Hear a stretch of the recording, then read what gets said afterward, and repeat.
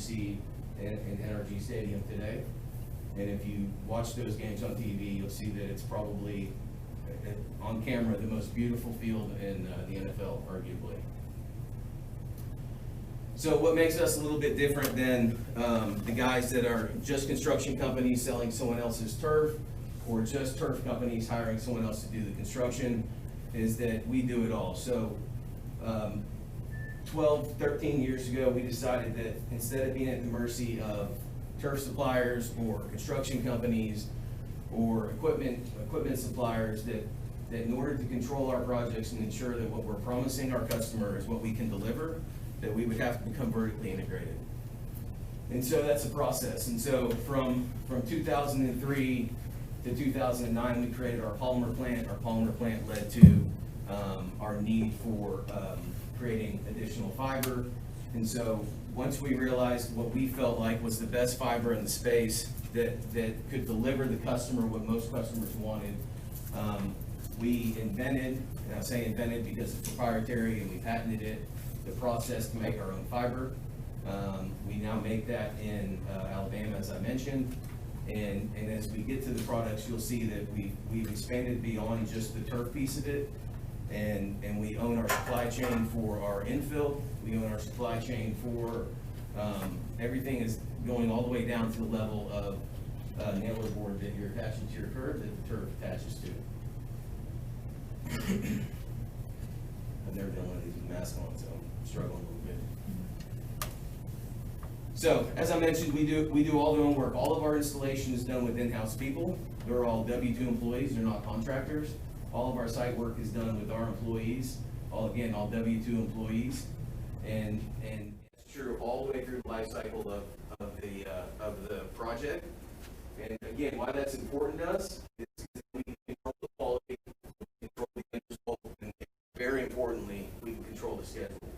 So many times you find a product you like, you find a company that you like to deliver that project, and unfortunately they can't deliver on the schedule because they just don't have the control of it. If they're using subcontractors, or if the subcontractor's using someone else's equipment, etc. So in order for us to be able to make promises and guarantees to customers, as we've made to Dr. Moreno in previous discussions, it really is necessary to have a workforce that you can control and set the schedule on, and you can move around and change as needed in order to meet that schedule. So what makes us different on the manufacturing side than kind of everybody else? So when we decided to vertically integrate, we decided that we wanted to be different. And in order to be different, we had to be better. In order to be better, you have to start with the best raw materials you can possibly find on the market today. So that goes all the way down to polymers, with our base being castor oil instead of petroleum because it was unstable. That goes all the way up to the turf fiber with using C8 resin, which I'll hit on in a second, because C8 resin, while more expensive, has proven to us through testing that the fields last longer, look better, and are safer throughout the life cycle of that field. So C8 resin. So what you don't know is that there's 3 grades of LLDPE, which is the resin that goes into making the fiber in the turf field. C4, C6, and C8. C4 is typically what you see in like a landscape turf product, not heavy, crazy use. You want it to be kind of lazy, like you would grass in your yard. And then as you go up to C6, C6 is kind of a step in between C4 and C8, not quite the C8 resin. And then you get to C8 resin. And the cost difference is literally exponential. From C4 to C6 is double the cost, from C6 to C8 is double the cost. And so what we typically find is that while our products are higher quality and we ask for a little bit more of a premium at times, we find that most of our fields last significantly beyond the warranty period, with the industry standard on warranty being 8 years. The majority of our fields last 10, 12, 15, sometimes 15 years. And we attribute all that to not only our manufacturing process, but our use of high quality raw materials in the front end of the project. Our textiles plant in Chatsworth, Georgia, is where all of our components come together. Again, our employees machines. And so we continue to expand our plant in order to meet the demand that the customers continue to put on us year over year. And so we're the fastest growing company in our space. We've been growing at 25 to 26% year over year for the last 15 years. And the reason for that is because it's becoming apparent that customers do demand quality. It's not a commodity, and they do understand that there's a difference from one product to the next. And so we continue to do our best to meet those customer demands in relation to projects that they would like for us to perform for them. So it doesn't go unrecognized. We've been Film Builder of the Year for several years in a row through the Association of Sports Builders. We've got Projects of the Year. We've gotten on the Inc. 5,000 fastest growing companies in the United States. Our CEO is one Entrepreneur of the Year from EY. All of that has been a secondary, well, nice, but secondary to what our true motive and our true desire is, which is to make sure that we're building sports fields that are safe, that meet customer expectations, and at the end of the day, we're retaining customers so that when it is time, whether it be 10, 12, 14, or 15 years later, for you to replace your fields, there's no one else that you would rather have than us. So reference projects, I'm going to ask Brian to come up because most of these are his customers, and so he can speak to the projects themselves.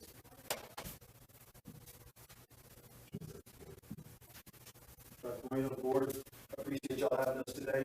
This first project I'm going to talk about is Jim Hall County for Dr. Garza. We did everything you see in the pictures, from the subgrades, the turf, the batting cages. We rebuilt their track for them, had a cush drain and our cooling mechanism for the football field. A little over $4 million project we did for them in 2018. Zapata ISD. We did all the subgrade, laid the turf, nailer board, the whole 9 yards. In my opinion, this field is a pretty softball, baseball complex in the Texas area. It's something to behold.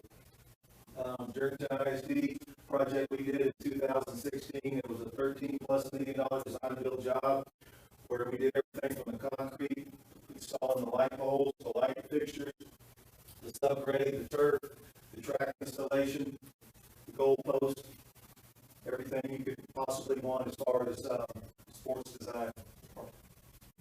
Cal Allen ISD, they originally had a 12-year-old Matrix 1 Generation 1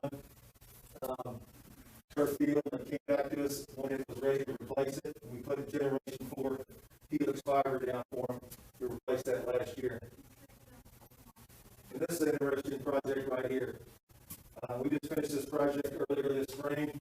When they first did this turf, the district hired an architect, an engineer to do all the subgrade, a CM, a construction manager, a separate turf company, and a separate track company. And then the day they cut corners on the subgrade, causing it to fail. They had cracks 4 inches wide in the track, lumps and low spots in the field, fiber falling apart after a year and a half. At the end of the day, the only people that really got hurt was the kids because they didn't have a quality facility to play on.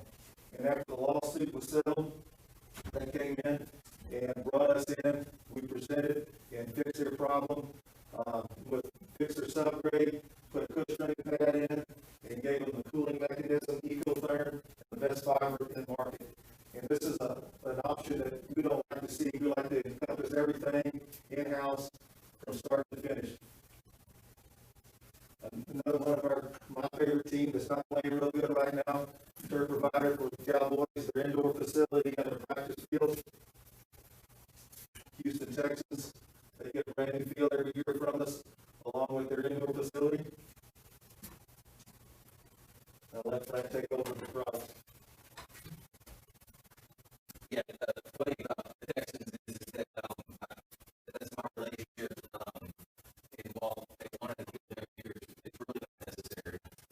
Actually, a field in year 2 and 3 typically looks better than year 1. They had such bad luck with their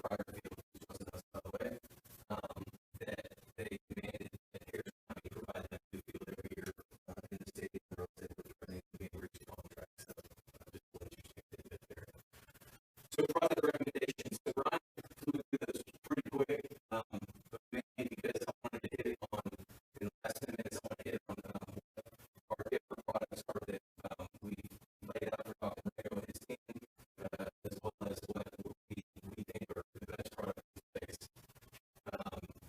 So he talks about Helix technology. Our fiber has a twist to it. Our twist is proprietary. There's a patent on it. The manufacturing process involved in that. It took us 4 years to develop, and it creates more resiliency. It allows us to retain shape, reduces infill slash, and ultimately what we found with our testing is that it creates a safe playing surface from a field interface as players running play. Ecotherm is arguably one of the best infield systems out right now, so it has a cooling factor to it.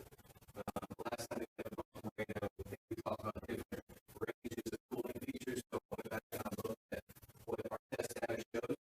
So 27 degrees is the reduction in temperature that Ecotherm provides to a field over a crumb rubber field or an SBR field. So below that, we use for ballast pea gravel. So what everyone else uses is sand, and what we found is that sand gets hard and compacts and actually prevents positive drainage. So we have a patent on pea gravel ballast in the bottom of turf, and so that system is bird's eye pea gravel, very small. I'll show you a sample in a second. I'll pass it around, but it does not get compacted because there's no sharp edges on it. And it allows for positive drainage. And then lastly, a cush drain. So we're a believer in pads. We believe that safety is really paramount when it comes to your fields. And so hands down, no one can argue it, that the safest way to make a field safer with the lowest Gmax, which measures the impact of your body on the surface, is through a pad. A cush drain pad is a paved in place elastic layer made up of rubber, binder, and pea gravel. And so best way I can describe that, and we'll show you samples too, would be that it's basically like a running track below your field. So it has good vertical deformation characteristics as well as good Gmax characteristics, and it has a 25-year warranty, allows for both vertical and horizontal drainage. It actually drains faster than drainstone can, so it's never the bottleneck when it comes to draining your fields.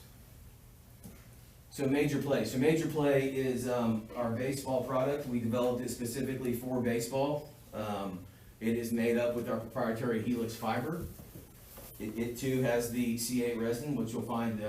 What you'll find with our products is that all of our fiber, we start with C8 resin. We do not sacrifice the quality of the resin for the fiber itself.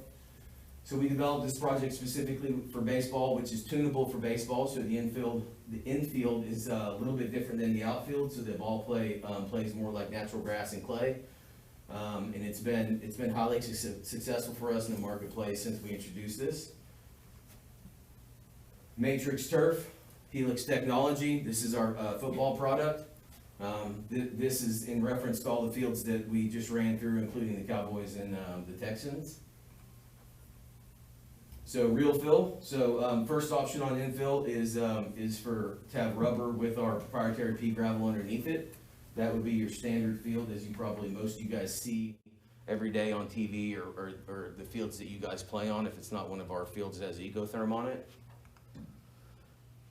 So number of different infills that are out there that are in the space that really aren't that effective. So you have wood chips, which is new to market. They're very aggressive. They don't store water, and they actually float if your field has heavy rain. There's an olive pit infill that we actually have a sample of today. So we actually carry that product as well. I don't typically recommend it unless that's something you really want to, but it too is abrasive and it doesn't necessarily migrate, but it doesn't do much in the way of creating cushion for your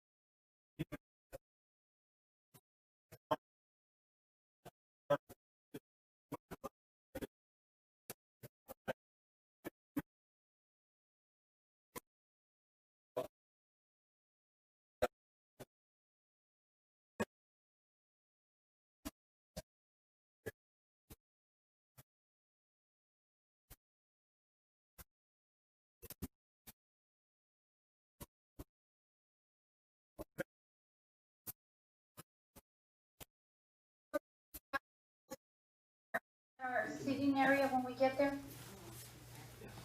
Yes. Okay, thanks.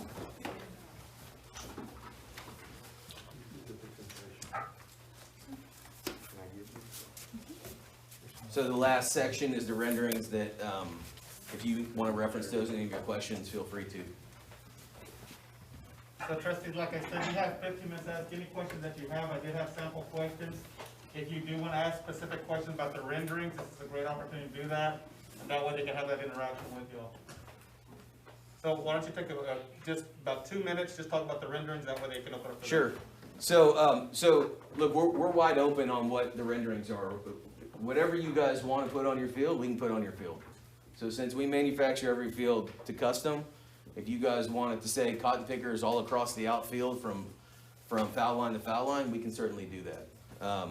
The renderings that we've put up here are just the renderings that we felt like were an example of what you guys were looking for in the way of a field. So on baseball, typical baseball field with cotton pickers behind the home plate, softball field, lady pickers behind home plate, football field, alternating panels on the field with end zones being Robstown cotton pickers.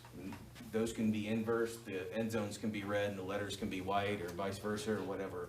And is there additional cost to do the every other shade, or is it as long as you know ahead of time? I think I told you last time that there typically is, but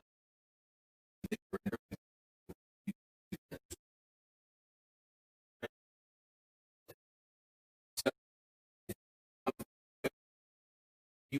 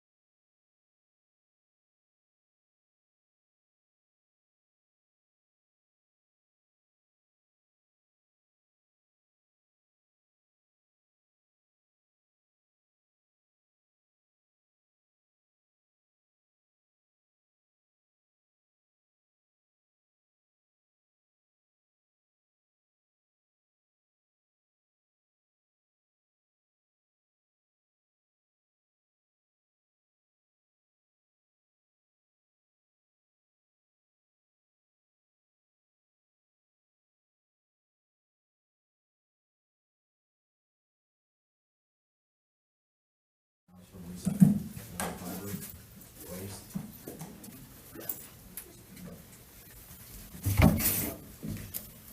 So it's not that different than like a truss board you would make, a deck out of, it's just made of 2 by. Sorry.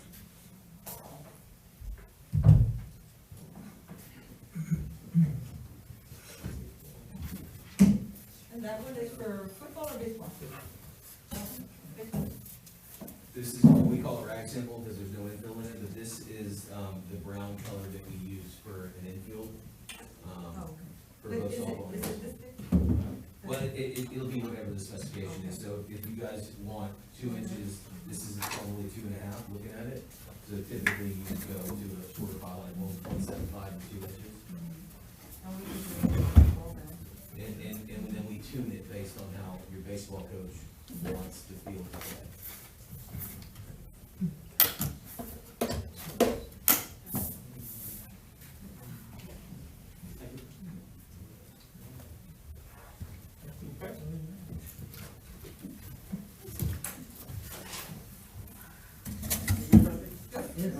All right, thank you guys. I appreciate your time, Mr. Trustees, thank you very much. One more question. What was your name again, Mr. Hernandez? I'm Frank Petrini. Renamed you. Sorry. It's okay. On the wall, on the outfield, Huh? do we allow advertising to go on the wall or not?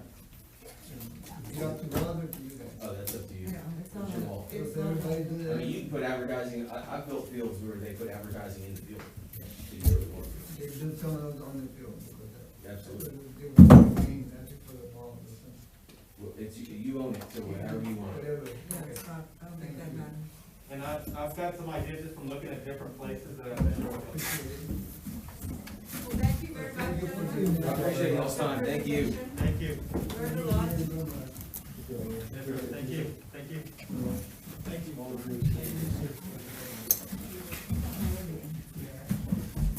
Thank you very much. Appreciate it. Is it okay we kept that back one or not? Yeah, we Thank you. Yeah, no problem. You guys have a good evening. Thank you. Bye. How are you, Mr. I didn't call. No, See you guys. No, not me. She actually would call me. I started laughing. No, I'm laughing because Richard has like 20 stickers on mine. Sí, que no, ya. Yo tengo aquí, Yo tengo una foto. Really just exactly what we want to do, so we'll read it with the. Well, this is mine. There you go. Perfect. Thank you. If kids, You guys want to use this while you're up there? Just really good.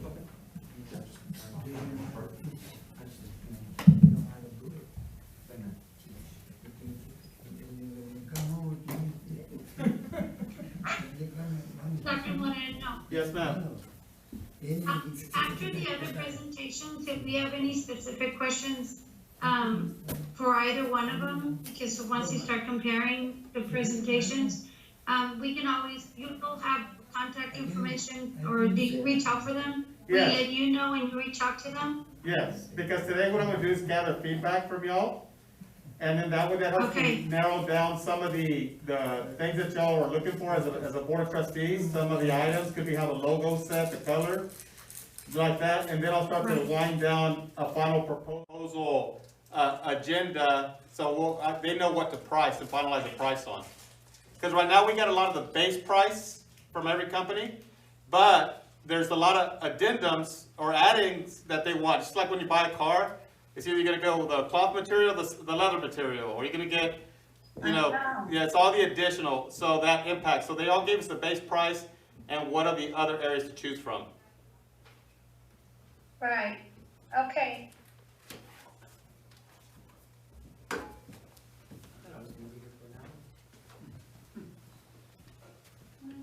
When they finished, I said, wow, this was quick, I'm going home early. One down to So much for that. I didn't know we could do it on, via Zoom. Nobody told me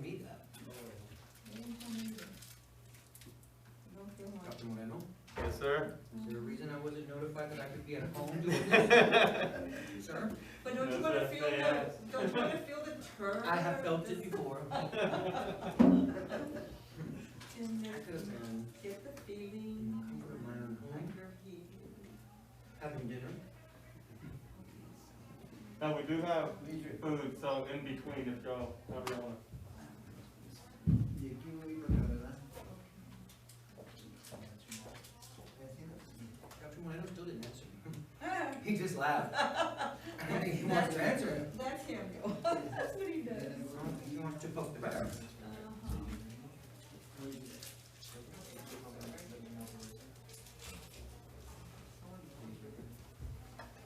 Oh, so everybody was coming, last minute, last minute. Got That's why we have I to got figure it to out. see that screen with everybody on it.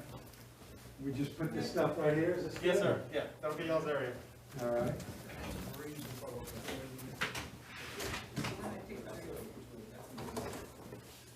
You have a thumb drive, then we'll, I do? we'll get y'all set up. Okay.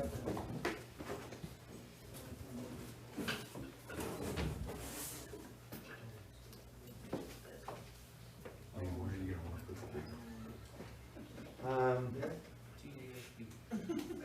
Good question. Does your register information or TASB? Or do you wanna go to TASB afterwards? Back on online. It's just- We have one more big, large display we need to do. Okay. We got a couple minutes. User ID. Is that something that you want? No, you guys have get it? They sent it to us, I believe, because mine is H Lopez one, I believe. Here it is, you see that? There's his old. Mr. Lopez, did you wanna buy a drink too? Probably, yeah, this guy got pepper. That's perfect. I don't know which Mr. Lopez you're talking to, but I think we both know him. Into the the You want Microsoft Surface? Regular Dr. Pepper or? Diet, no, diet, please. Did you want? No, not him, yeah, diet back in the time, Richard. Into the Surface here? No, sir, he's gonna set you back here. Oh, okay, all right. I mean, Richard, Right there. Perfectly, thank you so much. Look, here, Richard. The tech guy? Yes, sir. All right. Thank you.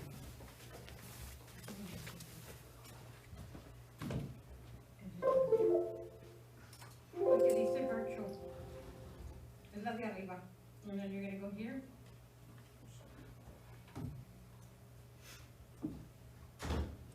You know, you're gonna go into event.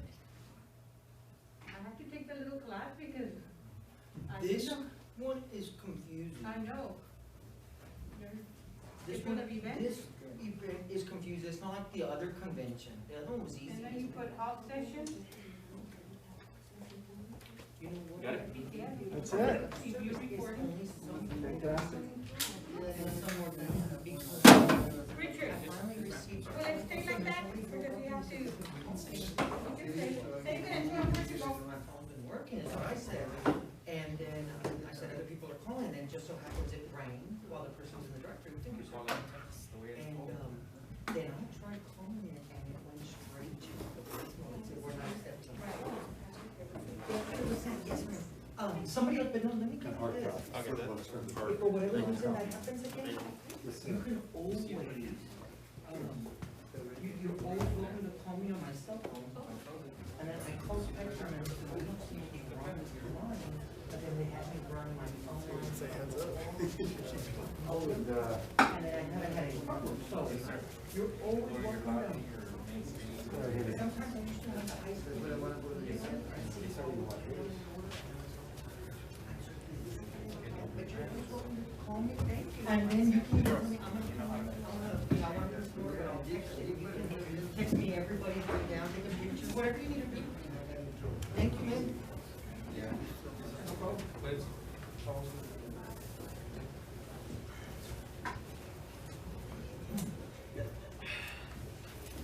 I mean,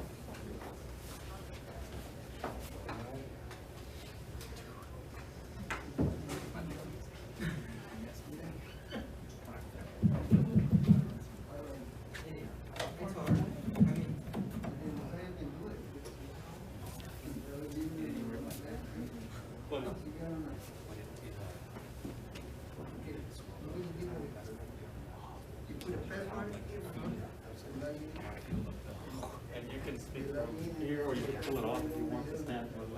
Yeah. stood up here, so the field. I'll probably stand around and walk around, hand off to Matt and everybody else.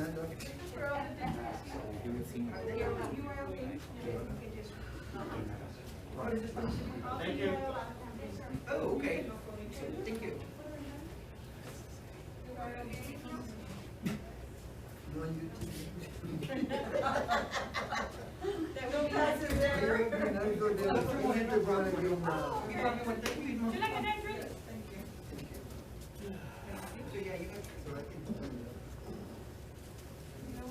Yeah, and then when you open it, it opens up. Well, it's a treat, guys.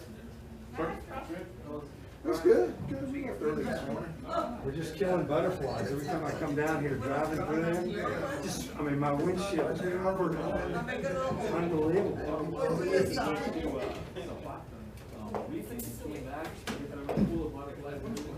The gauges were heating up because of all the moss. Oh, wow. I mean, I'm gonna have to scrub the front of my car pretty damn good.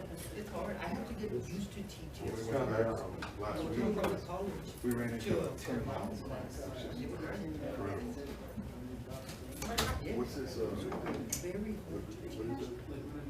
Because I'm Something I might have to cross paths. you get to hunt there? Oh, man, I'm a big hunter.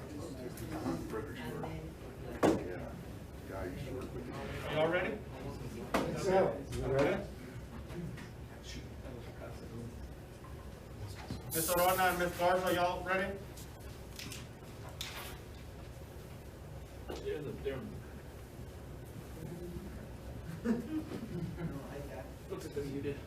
Ms. Garza and Ms. Arona, y'all ready? They're still there though, right? Yeah, maybe they went on a break. You better send them a message. I'm not in their way anyway. No, you're not. You're good. You're good.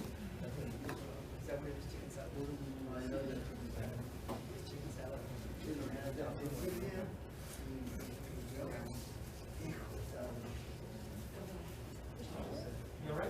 Yes, sir. Okay. All right, trustees, this is Paragon, and the president, or actually the owner, I think, is William, and he'll introduce all his team. Dr. Moreno, thank you very much. Ladies and gentlemen, thank you all for the opportunity to be here. My name is William Chapp, and I'm the president and part owner of Paragon Sports. Lee Penman is a business development salesman for our company, lives in Round Rock. Matt Stanley is a representative here from Shaw Sports Turf. Shaw is our turf supplier, our turf partner. So he's going to be here talking about the products we're proposing, the technical aspects of the turf systems. All right, and just as a start, you're gonna have 25 minutes, and after 25 minutes, the trustees will have 15 minutes, so I'll give you some time.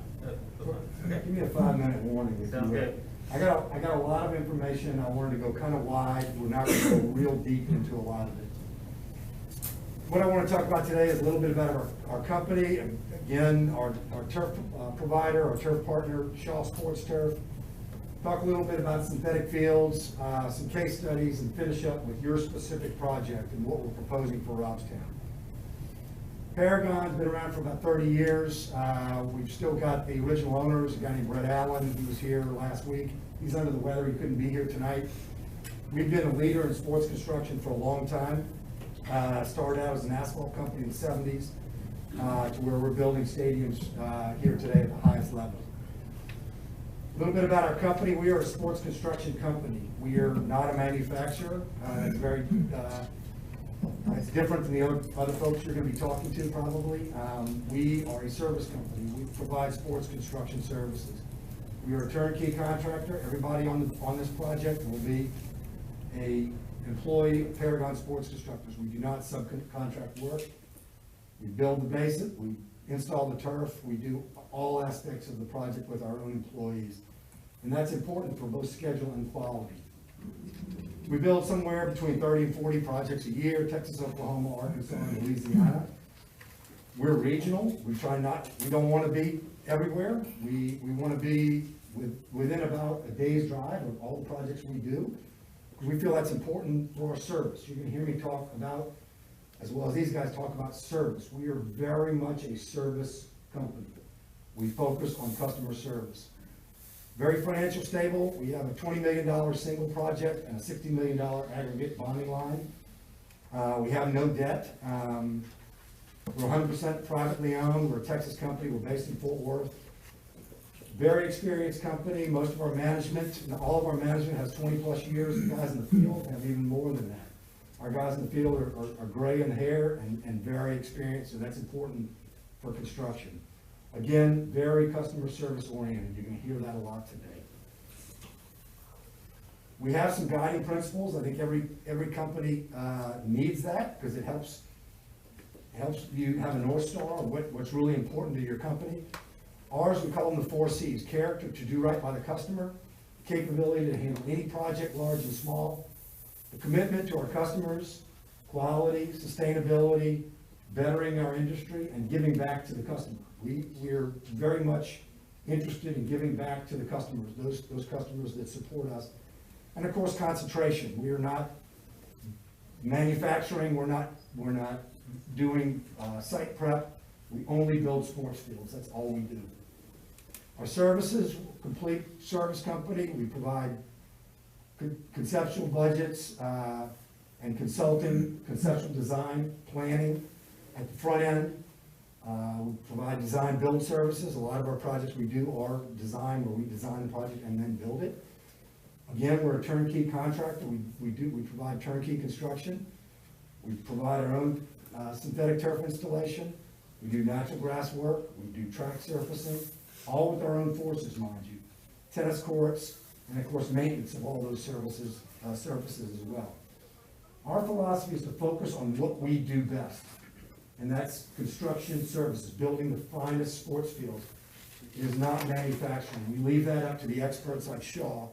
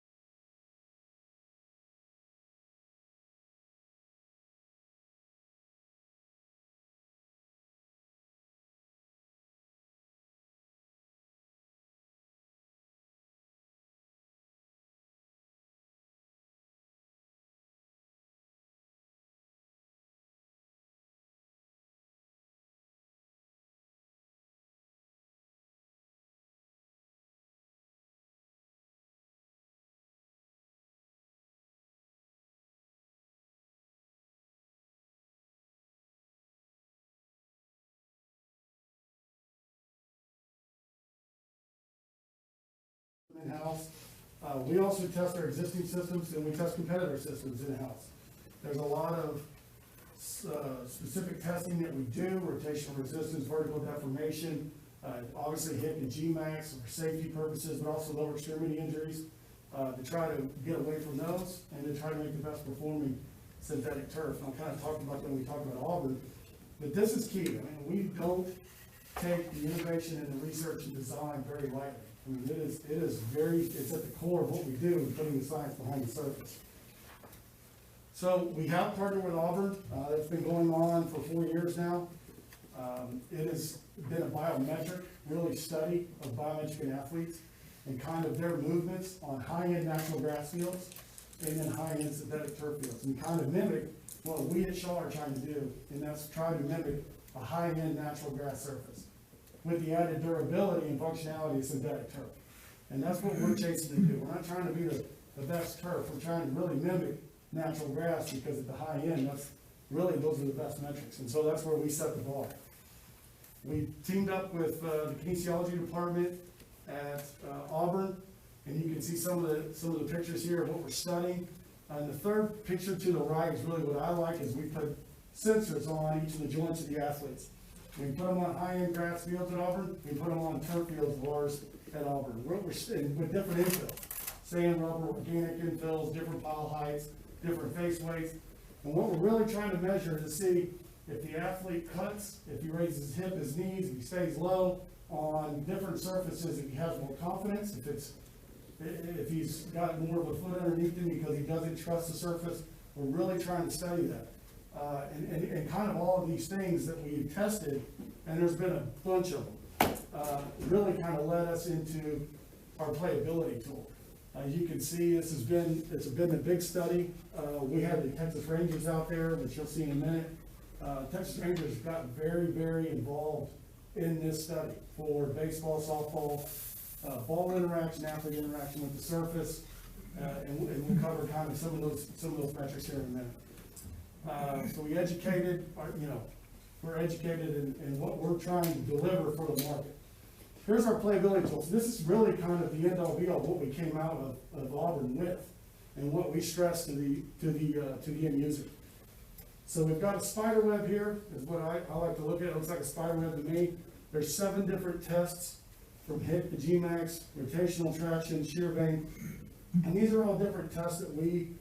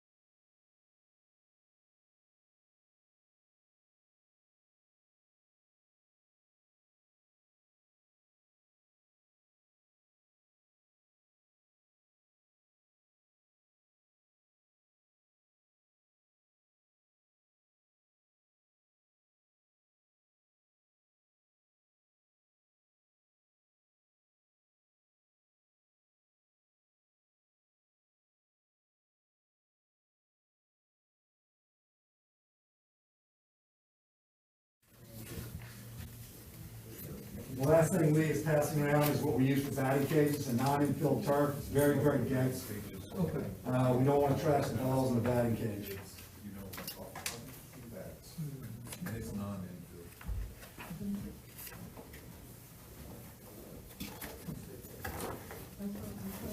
So other considerations of synthetic turf is underlayment, whether you have a pad underneath the field. We don't recommend it necessarily on the baseball field, but a lot of people use them under football fields. It adds a level of safety, impact attenuation is improved, but it also allows you to do things with performance to firm the field up. Typically, a great grass field has good impact from the body, but it's also very firm to the foot. Imagine walking on a putting green. They're very firm. That's what great grass feels like. It's firm to the foot, but it's soft when you fall on it. Pad allows you the safety for your athletes. If they fall on it, it's underneath the field. It allows you to firm the surface up for performance as well. So there's a performance and a safety aspect. But they're not cheap. They add probably 75 cents to $1.50, depending on what kind of system you use. There's really two. There's a paved-in-place system, what that top picture is, an E-layer. We put those down all the time, or a prefabricated pad. Shaw makes a prefabricated pad.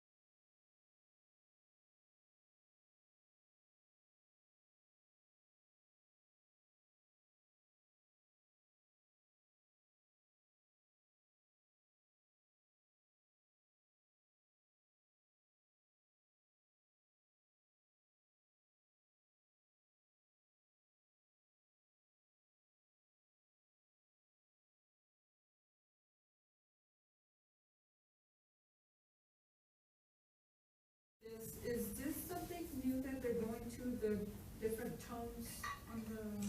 Yes, alternating panels, yeah, and that goes back to how people mow grass. And they put mow patterns, in fields. And we've done it both ways. So the Rangers, I think that was the Rangers right there. The Rangers have a mow pattern. Major League Baseball is kind of famous for putting patterns in their outfield. That's just what they do.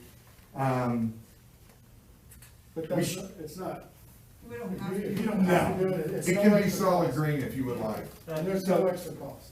Yeah, so Somerset solid green, Same cost? same cost. Alternating panels are not. So Somerset is all green. That's what they want. But their football field, all this Can you doesn't go show. back just a little bit, go back to the baseball or softball? So I got to see this one, myself, actually, and again, assuming nothing prestigious, you'll know, what you see that looks black or dark brown there, that's again, the turf here. The that you chocolate have, colored turf. Which is gonna be a lot more firmer because it's supposed to represent like a player soil. So I've had those up for a couple of years already? I think they're 3 years old. This is their third year. If you close your eyes and you walk across that field, you can tell when you're walking from the grass to the clay areas. You can feel it under your foot without even seeing it. That's the whole idea, of course, behind a warning track, but you feel the same thing in the clay areas. We call that a multi-dimensional turf because it's different heights. That's actually the way baseball is. The grass is taller than the clay on a baseball field. And so that's the way we built it that way, so it looks and plays the same way. But you can actually feel it when you walk on it blindfolded.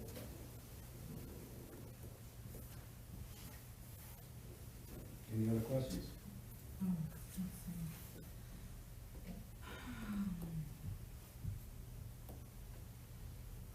What was the method just for cooling the turf down, was just getting it wet, is that what you said? Well, we have tried, and I'll go back to, You said moisture, but. moisture's really the only way. So do you get? You could paint a parking lot green, and it's gonna be hot. It's hot because there's no evaporative cooling. The reason grass is cooler than concrete is because there's nothing to evaporate out of the concrete. Our experience, and I'll go back and I'll show you a second piece of that.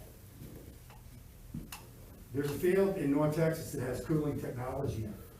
And we looked at that versus crumb rubber. And the cooling technology is a TPE, it's a green TPE. We have access to different infills, green TPE. We'd love to use that. We don't think it works very well. Because we went out and we looked at crumb rubber and we looked at the green TPE.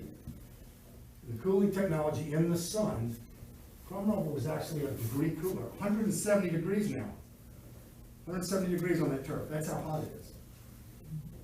Crumb rubber, and when the sun went down, so just the same exact field, just having the sun down. When I talked about solar radiance, why it heats up. As soon as the sun goes down, that turf begins to cool down. It's already 30 degrees cooler in the shade. Same day, same 100-degree day. If you held up a piece of paper like that, and you shot right there with the sun shining, and you shot in the shade for this, it'd be a 30-degree difference in that temperature. You can't imagine, but that's actually the way it works. We didn't find any significant difference. The reason that this crumb rubber is probably cooler than this is because this probably did have ambient moisture in it. It shouldn't have been. It should have been warmer. Crumb rubber, a green surface is going to be probably 5-10 degrees warmer, cooler than a black surface. But it's not, we couldn't get anywhere near 40 degrees. What we did find is in organic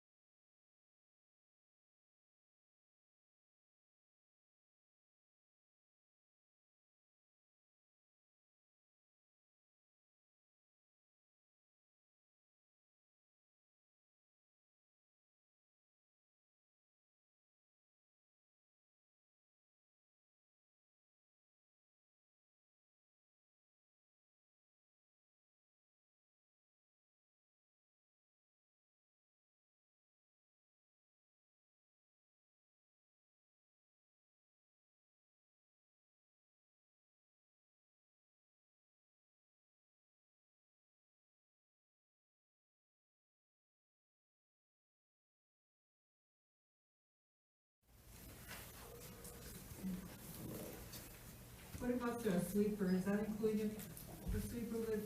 We've included what is an SMG sweeper groomer. It's pretty standard in the industry. It's a tow behind piece of equipment. It's very, sort of utilitarian. It does a great job. It's included with the price? It's included in the price that we proposed.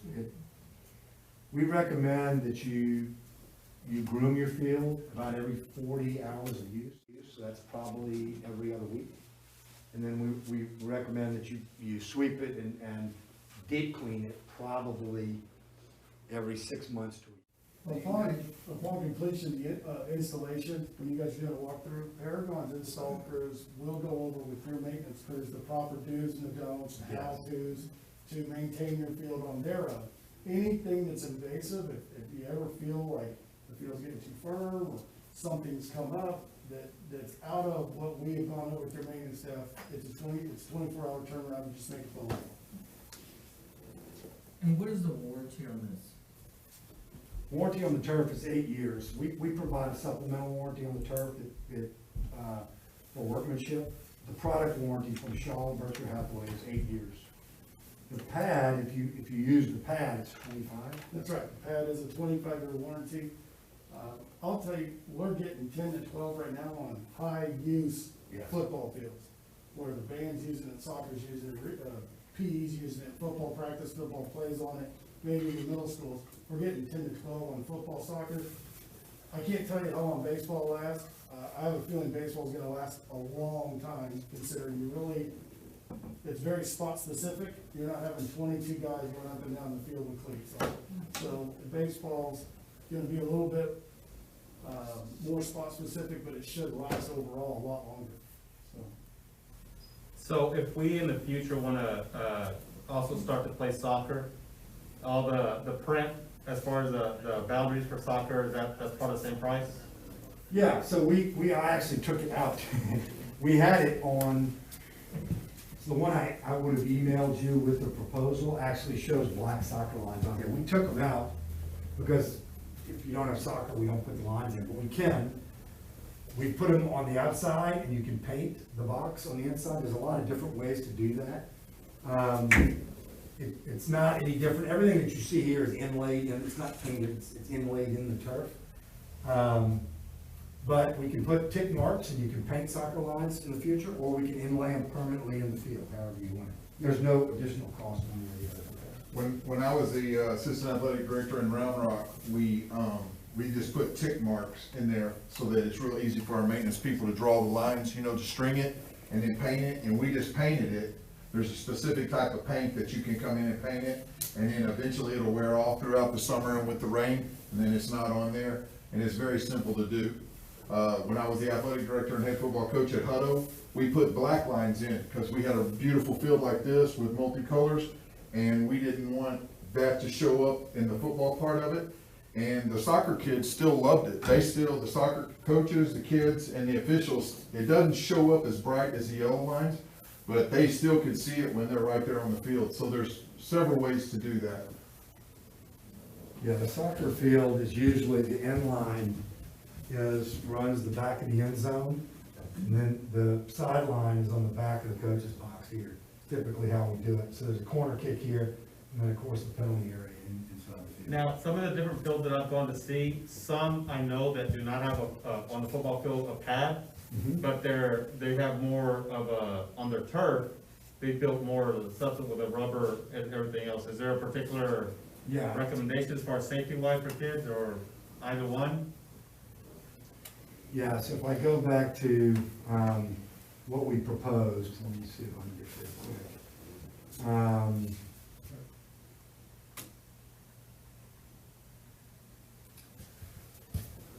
If you use a pad, we can go with the 7.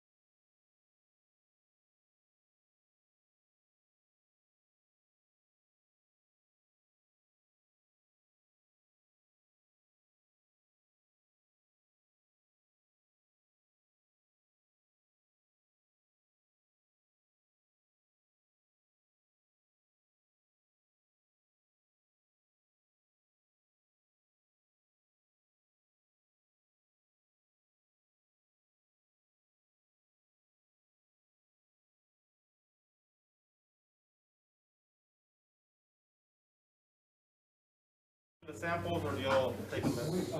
Depends on you, you can get stuff piled up pretty good. Okay. Do you want to keep some of the samples? so Yes, you those can- I would. That's fine. We don't need that big one, so, Yeah. but that's a Ranger. You wanna consider this for the alternating panel, you keep that. That's, it's hard to see, that's why we give a big sample for that.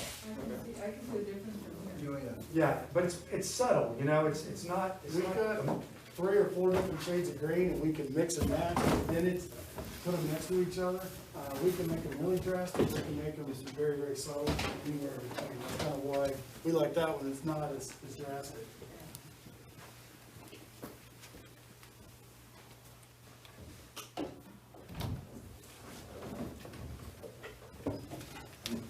I wanna grab the rest.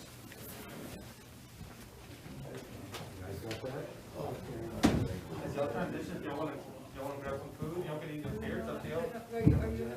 I can get this, you wanna catch this?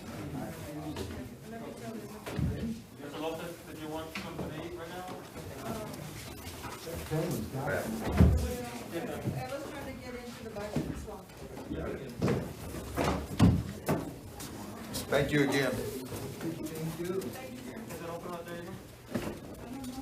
I have a bad habit of leaving stuff, so if I've left stuff, y'all just let me know. Just keep it, thank you. Thank you all very much. We'll be back. I'll get, and just so you know, so basically tomorrow, like I said, you can tomorrow, for the next couple of days, so we can finalize some of the things that they want, that was probably. Is she eating after? Different. Chicken salad. Are you it right now? Leroy. Right in the meeting? Miss Irma, do you have a key to the front door? Yes. Sorry. Leroy, would you open the back door?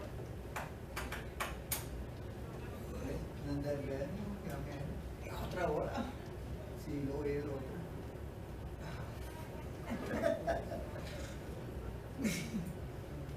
You're all good? Oh, yeah, she got there at 8. Because then 7. You go there. Thank you.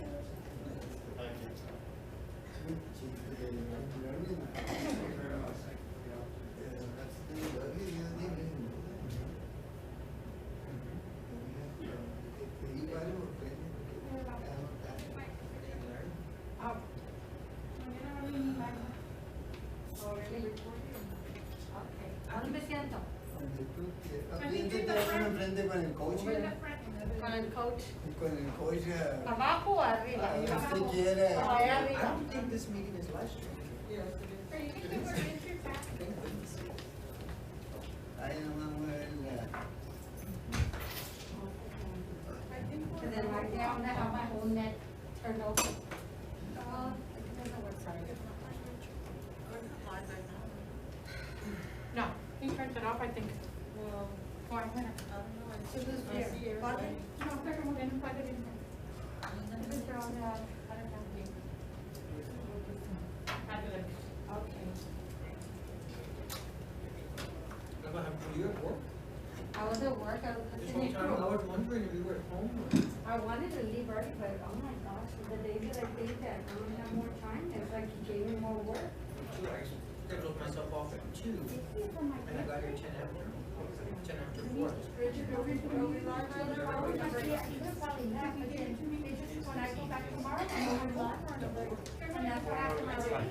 One day I worked till almost 8 o'clock. Okay. So I'm Yeah, I like, don't have a phone. I'm gonna do that again this week. That's what on it. Oh my, but, hi, sir.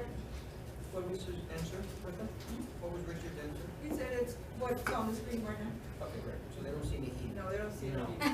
I know, that's why. That's always my- What screen? That screen over there? It's on that one. Okay. Okay, so we're good. Monday. You weren't there. You can see better from up there. Okay, I'll move, but I was thinking that I'm gonna look over here, but I can look over there. Cause I don't wanna be turning my neck, but I can look over there, right? Okay. Well, it's just at a higher level, we can see that, right? Yeah, I can do that. How are you? Yes, Hi, you Dr. wanna have all Brown. this How are stuff you? up there? I guess I do, Come on in. right? You're gonna hand you out a packet right now. Set up over there? Yes, sir. Whatever y'all want to do. Right? Yeah. Got a little thumb drive? Yes, sir. The break, he's coming right now. Yeah. Thank you.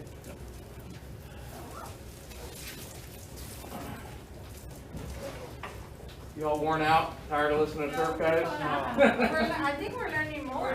I was listening virtually, but I made it back. Oh, okay. We're learning a lot. Good. Not boring. Exciting stuff. Yeah. Well, we think so. It does. I didn't realize until the gentleman was talking about the.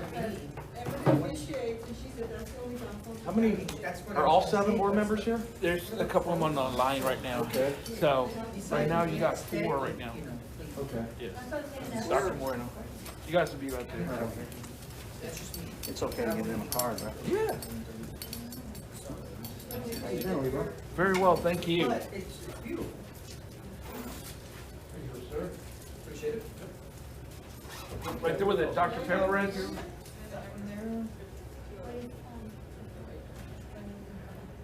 Dr. Moreno and Mr. Gonzalez already have info, so. Yes. Leave the other ones with Dr. Moreno. He'll deliver it to the other board members. Okay. Okay.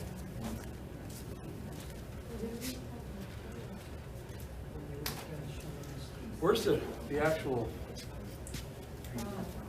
where's the camera at that, so that people can, to let you know, we got one here, one right here, you got another one right there. I guess I can set up.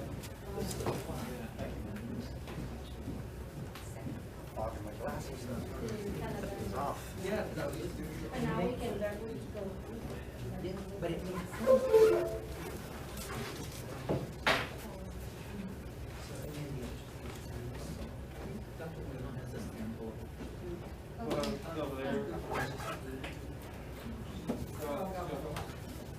But it's still the same. I think the clicker might be.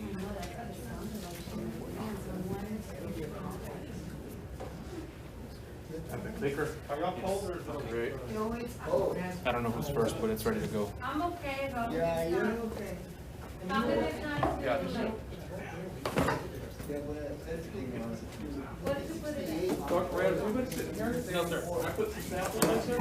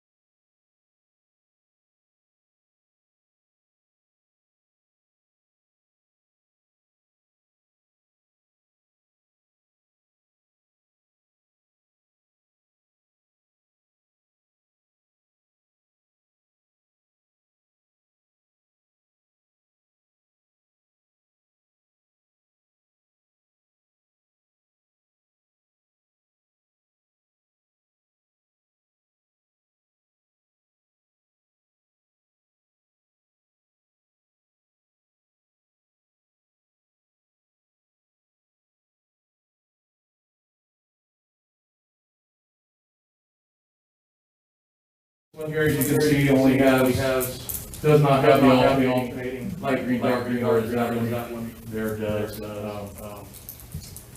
So Field Turf, our company, we were founded 25 years ago. So we were the company that did invent what you see on the ground nowadays, where it's got the turf with the infield. We're always talking a little bit about the infield systems. We invented it. Okay, before we came along, guys like myself and probably Dr. Moreno and Leroy were playing, whoever else, we were playing athletics, we were playing on a park style turf. We invented the infield turf systems. Our company, we call ourselves an integrated company from manufacturing of the actual fiber itself, the green stuff, the red stuff, to the whole manufacturing process of the turf itself. We consider ourselves the most durable company in the industry. We're backed by a company called Tarkett. You may have Tarkett flooring in front of your schools. Tarkett's been around a long time, over 100 years, so we are part of Tarkett Sports, along with our track division and our tennis division. Of course, the stability comes along with being part of the $3 billion company, so we're here to stay. I'm not gonna run through all this, we'll get through this in the presentation, but as you can see, we feel we're the right team for Robstown. Right away, I just want to get into who we do business with around the country, around the state.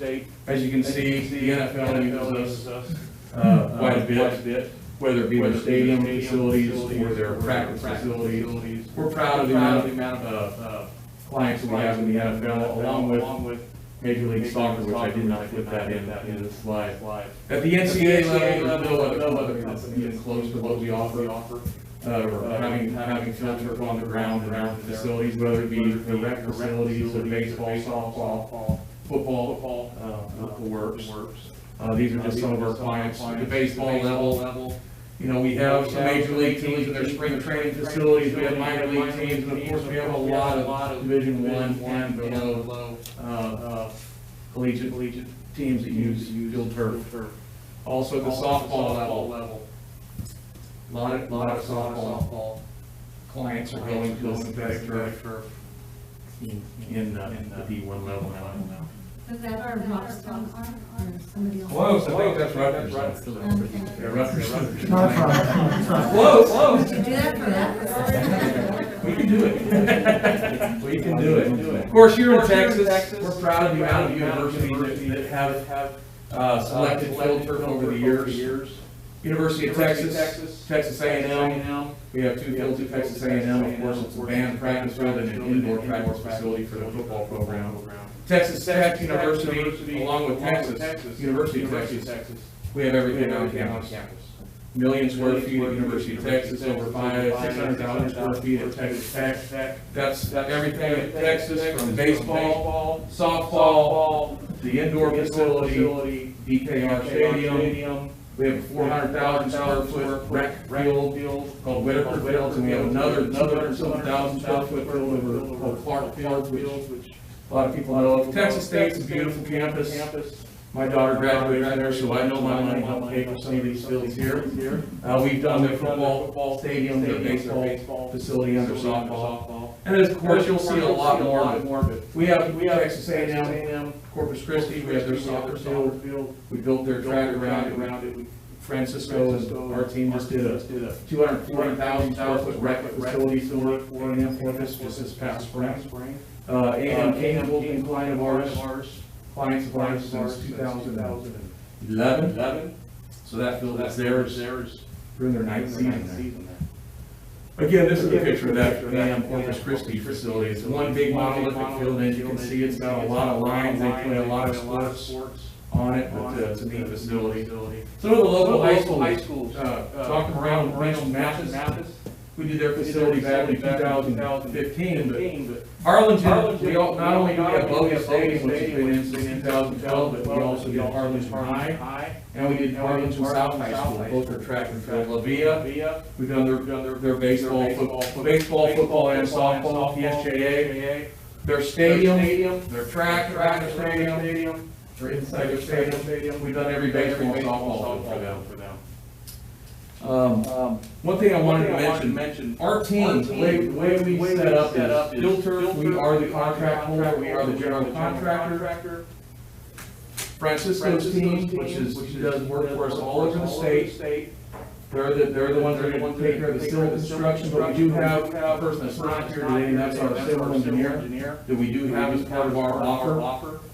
So we'll have signed, sealed documents showing the plans, for submittal of permits or whatever needs to be done, as-built drawings. That's all done by our team also. Chris Ballard is our lead for our civil engineering team, and we have another local person that's based in San Antonio that helps with the surveying. I'm gonna let Francisco talk a little bit about the construction. And,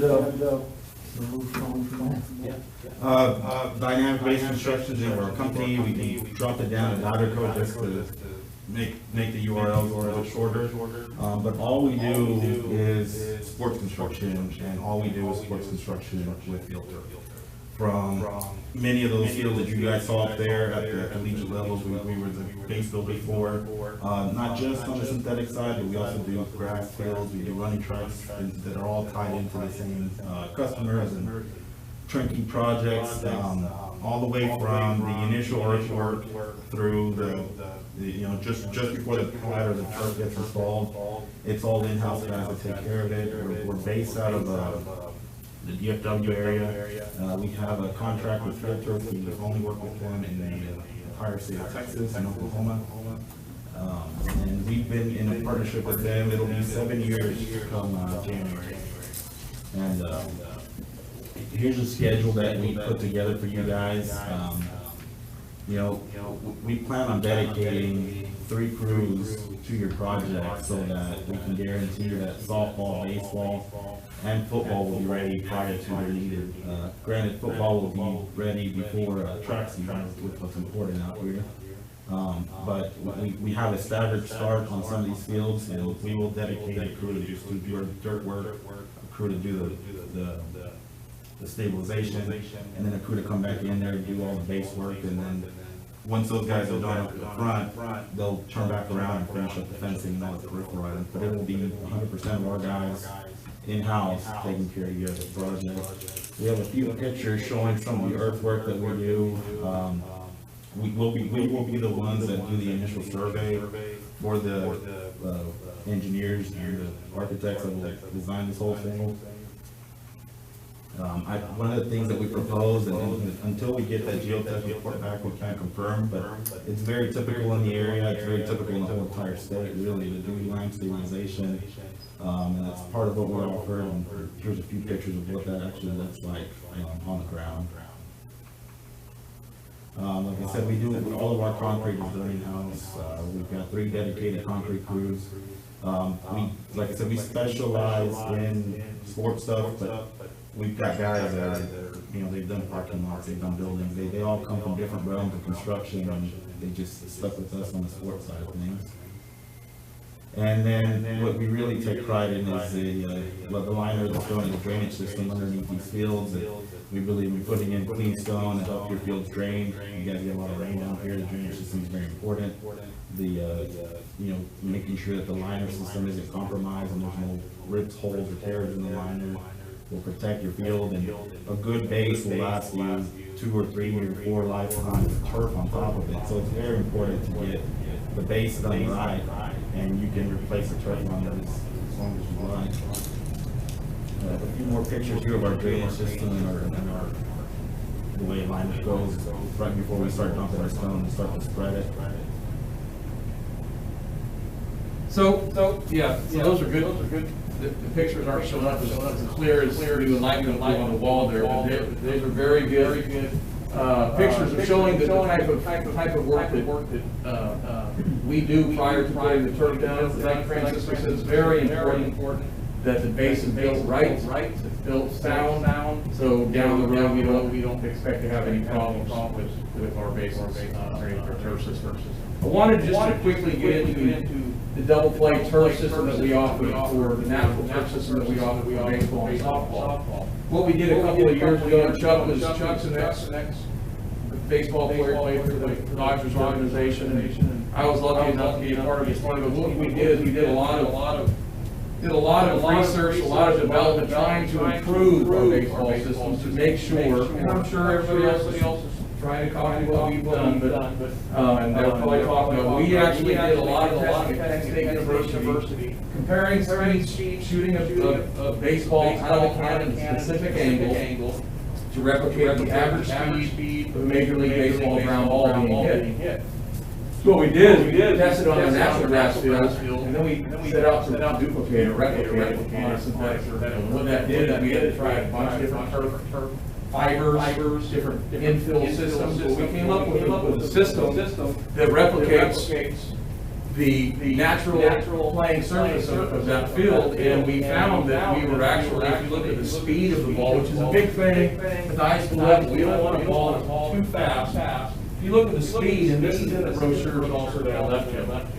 Our field turf, 42.6 feet per second. The natural play that we were comparing it to was 42.4. Very close.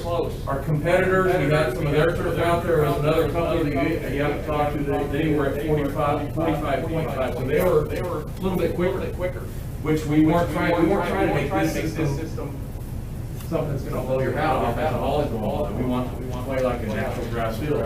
As you can see, the angle or the snaking of the ball as it's rolling on the grass, we made sure that replicated the natural play also.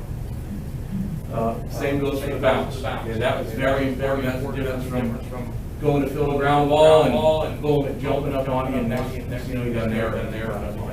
So we were actually right in line, actually a little, we were 2.3 feet, they were, the natural play was at 2.4, competitors were much higher than that. So we know we did a really good job of replicating the speed, the hop, and the line of the ball. We did the same thing for the outfield grass, because we know the play in the infield, of course, plays differently than the grass and the outfield.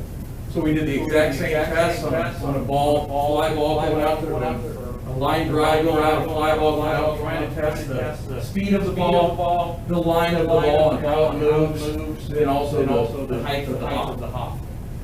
So we did that with baseball. What it did is it opened a lot of major universities' eyes. We actually had the University of Tennessee at a facility at Penn State. They were getting ready to buy a field. They wanted to see what we were doing. Coach Vitello, they're probably one of our biggest proponents. From there, we've gone and we've done Southern Miss, and we're doing Chuck's alma mater at Louisiana Tech baseball and softball. What's happened is they're seeing ways that they can make a field fit their needs, fit their athletes that they have at their schools. Talking with Mr. Gonzalez, you know, he felt that for Robstown, and Dr. Moreno, I think, was the same way. For Robstown, having a super fast, speedy infield or outfield wasn't the right fit. Okay? The natural, making it play like a natural grass field is what we're offering for you. Of course, if somebody was coming along and saying, hey, we want that outfield to play faster, we have ways of pleasing our fields. So it's something that we know how to do. We've been doing it for a long time. I'm going to keep on moving. 1 second. Yes. This part here is very important to me. I've been in the turf business 34 years. When field turf came out, there was a lot of people out to chase what we did.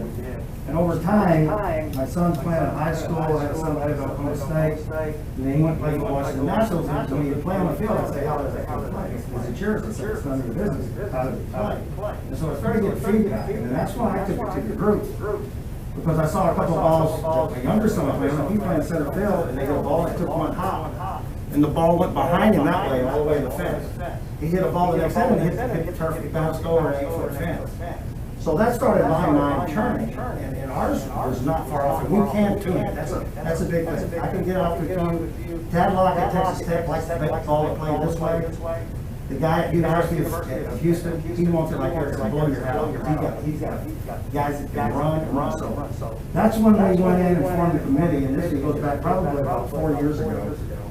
And they started getting into the science and these high-def cameras and everything else they were using. And then once we took it to, like I said, Penn State and went through their testing facilities and everything else, and that's what we came out. And now we feel like over probably the last 3 years, we've arrived at what we were trying to get at. We got 10 out of 10. 10 minutes, all right, gotta go. Safety, that's one of the things that Phil Turf has always been a proponent of. We've had different studies that have been published, and I say we, it's not really Phil Turf published them. This is Dr. Myers. He started at Texas A&M University up in West Texas A&M University up in Canyon. Started up there trying to prove that the fields that Chuck sold to Amarillo ISD weren't as safe as natural grass. Well, after doing his studies for a number of years, we found that our turf was safer than the natural grass. And what he's done is he's gone in and there's a handout in each of your packets that talks about his different studies. He's not only tested football-related injuries, turf, synthetic turf versus natural grass, but he's done it at the collegiate level for soccer. He's done it at the collegiate level for football. He's done it with pad, without pad, all those types of studies he's done to take in the data, that's just sheer data that's reported to him from trainers over 7 different states, Texas being one of them. One thing that he has found is the more infill weight that goes into the turf system, the more infill weight that goes into the turf system will actually make your turf system safer. What we've offered as an alternate was that classic system that has this 3-layered infill system. The base proposal that we did for Georgetown has our 2-layer system, which is comparable or similar to what the other companies will offer. We had to start offering this because this has over 500,000 more into it on an entire football field. It was just tough to be competitive. So, we do know that people talk about pads, we did offer some pads as well. We manufacture both. Our track division manufactures our shock, what we call the shock base. I'm sure you've seen something similar from the other folks over here. This is a pad that we manufacture in-house. It's made by our company that's called Thermogreen, it's part of the Target Sports family. We offer 2 different systems. This one is paved in place. This one here, the beauty of it is once the stone is done, this gets rolled out in rolls, kind of like the turf gets rolled out. So if your base does move down the road, we're not having to peel up a paved in place system to get to the stone and correct any undulations that may occur 5 years down the road. We just roll the pad back, fix the problem, put the pad back in place. This has been a very good option. The Austin FC Soccer Club is using that exact pad system underneath their facility. We're doing for them as we speak. Again, talking about safety, talking about safety of systems. I can't really get into all of this, but as you'll see, over a 9-pound infill system per square foot, your injury rate decreases dramatically. It's science, guys, and we didn't have anything to do with it.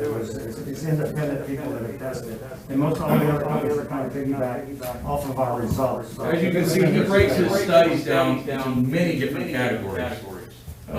These studies, oops, you shook me up there with the slide. These studies, as you can see, they're not just head-to-head turf injuries. We're talking about total injuries, player-to-turf collisions, ligament sprains and tears, things that might go into having surgical procedures done. As you can see, it's a lot of different categories that are broken down in these studies.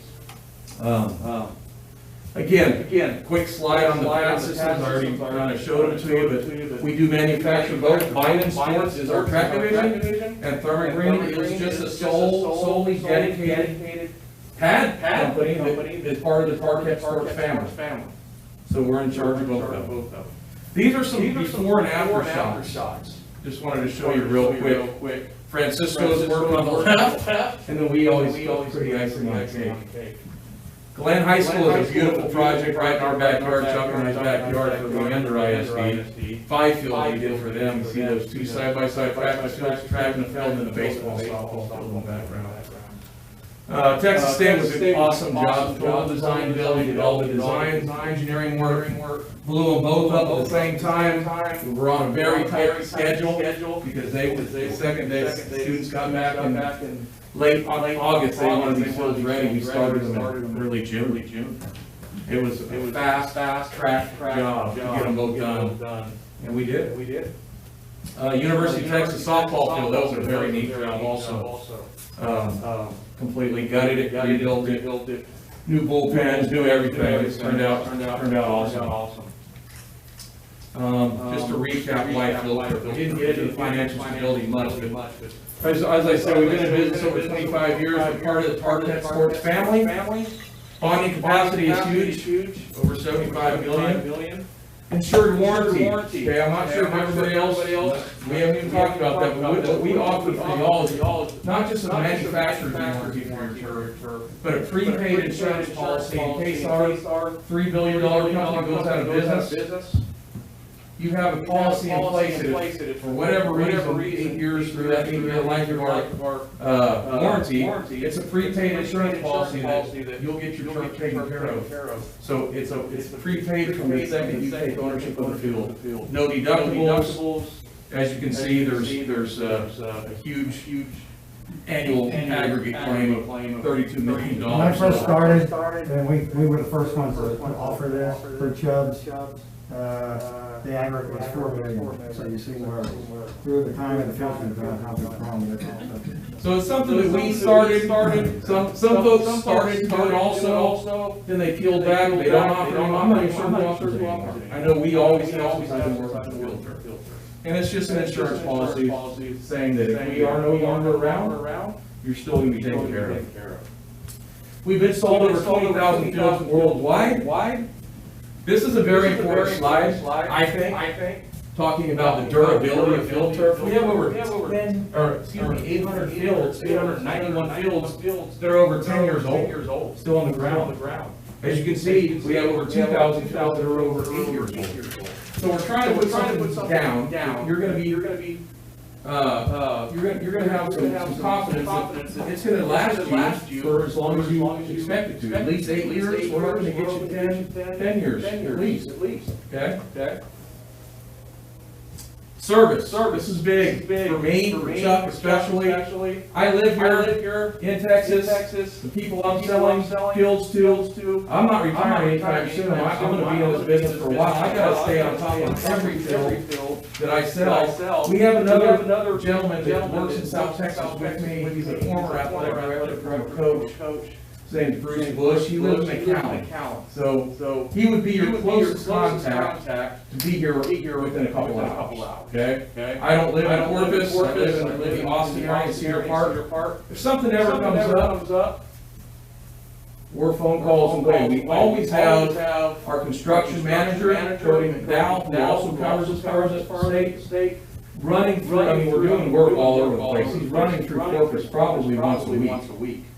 I'm usually in the valley myself, probably 6-7 days a month. I'll go down every other week. I'm in the Corpus area quite a bit, so I'm your first line of defense if something was to go wrong. But again, we have dedicated service experts in the office that are just waiting for me to say, hey, we got this going on, we got to get somebody out there right away. Chuck's always involved. One strong point on that, being a big company like we are, is many years ago, myself and a couple other people, we started regionalized offices, which means you don't deal with anybody, you deal with us. All my install crews, my construction partners, my service guys are all right here in the state of Texas. Now I've got 12 other states, and we've set up offices there to, like I said, protect our owners when we have little problems and set others that we can handle it. So everything we've done, I've built my region in the state of Texas, and it's right south Texas. All of that stuff is right here in the right state of Texas. So again, within that packet, these letters are in there for you. Okay, reference letters of recommendation, whatever you want to call them, from people in FAR, University of Houston, Texas State, McAllen. I've tried to put some local folks here in this for you. Folks go to AD from over at La Villa, built their baseball, softball, field and track. So again, I tried to give you good references. Again, all this stuff is within your packet. I just wanted you to see some of the projects again that we've done. As you can see here, I think this is not far from your La Villa. I think Leroy saw that a couple years ago after we built it. But again, whether it be UTEP, Abilene, ISD, we've done 15 fields for them over the years. I mean, we got references all over the state. So, again, I'm mowing through this, I know we're running out the clock. Running out the clock. So here we are back to rendering. Again, I'm not sure which one suits you best, but, And at this point, trustees, we'll start for 15 minutes, so this is great transition time as far as the rendering, if you have questions, or anything else that you'd like to add. I have a question with regards to the pool plan. yes, ma'am. And is that part of the, one of the, examples that you have? Yes, ma'am. I'll let you pass this around. That's really a great question. I'll let kind of chime in there. It's in the samples here that you can see also, or in this sample. That product is something that we've been using now for the last 7 years. Okay, we were one of the first to invent a product that actually cools your field down without having to water. And we still hang our hat on that. Now, we have other systems, you know, we have organic systems with coconut huts and all that, we ain't using West Coast, East Coast. It's not water. Put this stuff down, a topping system that goes over the top of your field, and you can see it here when you get a chance to look at the sample. Drop the temperature by up to 35 degrees. Okay, Wesco, we put it in both their filter, Wesco, Harlingen High, and Harlingen South have it. I have it at Southwest ISD and Legacy High School. The new stadium, we just finished building for Seguin ISD. They have it, we have it all over the state now. And it's something that's done a great job, we know it's proven, we've got over 250 of those. Okay, so whenever you use the sweeper, does it pick it up, or?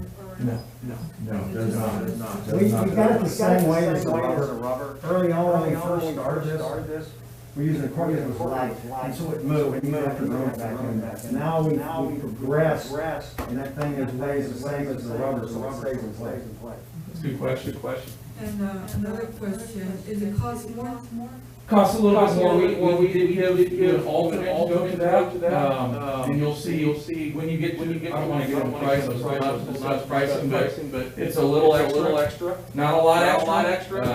You don't have to keep adding it. Yeah, you don't have to replenish it, it's something that will stay in place. You don't have to water it. Okay, so it's green, so you can use it on the green grass and not, dirt? You might on the baseball field? We have used baseball fields, So this is typically, because you can put it in baseball, in softball. We just know that in Texas, baseball starts late January, February, March, April starts warming up. By the time you're finished your baseball season, it's really not that hot. That's true. Well, again, that's something we did put it in our original we're a baseball and softball school. So we just put it in support baseball and softball field. I put it in University of Texas in their default field. We have it in our outfield. The infield, we put it in originally. We took it out. We wanted to speed the field up, and we changed the recipe. And Coach Pierce said, you know what? We don't need it on the infield. Let's just have it on the outfield. For a map. During the summertime, when it's really hot in my camp. So you can mix it within the field, let's say if you want to do it inside the field, like softball. Yes. And not outfield? Yeah, you can go either or both. Yeah. That's the beauty of this system. It's not a hard. I actually at Wesco East High School. When we replaced Bobby Lackey Stadium for district stadiums 3 years ago.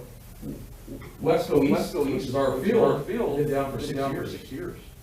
Well, Wesco High practice here at Bobby Lackey Stadium. And the coach over East said, hey, I want some of that pool play. We actually went in and put the pool play in year 6, so they've had it down there for 3 years. It's So worked it out great. can be added. Added later. It's not as easy, it's not as economical. If we buy it up front, it's gonna be less expensive versus us coming back, having to remove some of the rubber, fluff the turf back, do the things we gotta do to get it down into the system. But it can be done. We've done it. Good questions. And you say you have 3 operating crews that can start at the same time, is that what I heard? For construction, yes, we put 3 crews on your job to make One sure thing, that- you know, I gotta brag on, we just started a project, Francisco and I, West also, Pecos, Reeves County. We literally started on the project, was it last Monday or? Last Thursday. We showed up on the job last Thursday. It'll be done on Monday. 12-day turnaround to get civil, that's including curbs. Yeah, My turf line will be out there a few weeks, because we still have our schedule, so we know we can meet your schedules, you know, God providing with weather, but we know how to handle that, the rain a little bit too, he's done a lot of work on the Houston market as well, so. And the sweepers are included with that? Yeah, I did a sweeper made by SMG, the SMG 1400, which is a sweeper slash grooming machine. Yes. Tell us a little bit about the warranty. Yeah, what we offer, like I said, it's an 8-year warranty. It's not just the manufacturer's warranty. We're the ones that are going to take care of the warranty, we're the manufacturer's warranty. But like I said, we do have a prepaid insured policy that goes with that. Okay? Typically, 8 year, one thing I didn't mention is part of the baseball offer that goes along with the warranties. We did offer extra turf and for the softball, so extra turf, which will be attic stock, to take care of these areas right here. Okay? We gave you 8 sets of batter's boxes and catcher's boxes. 8 sets of the area of the pitcher's doing that little sweep thing, and 8 sets of that. And 1 set of turf. So if you're 6 or 7 or whatever it may be, we feel that this is starting to wear out around second base and heavy traffic sliding area. You have the attic turf already here, it was run at the exact same time.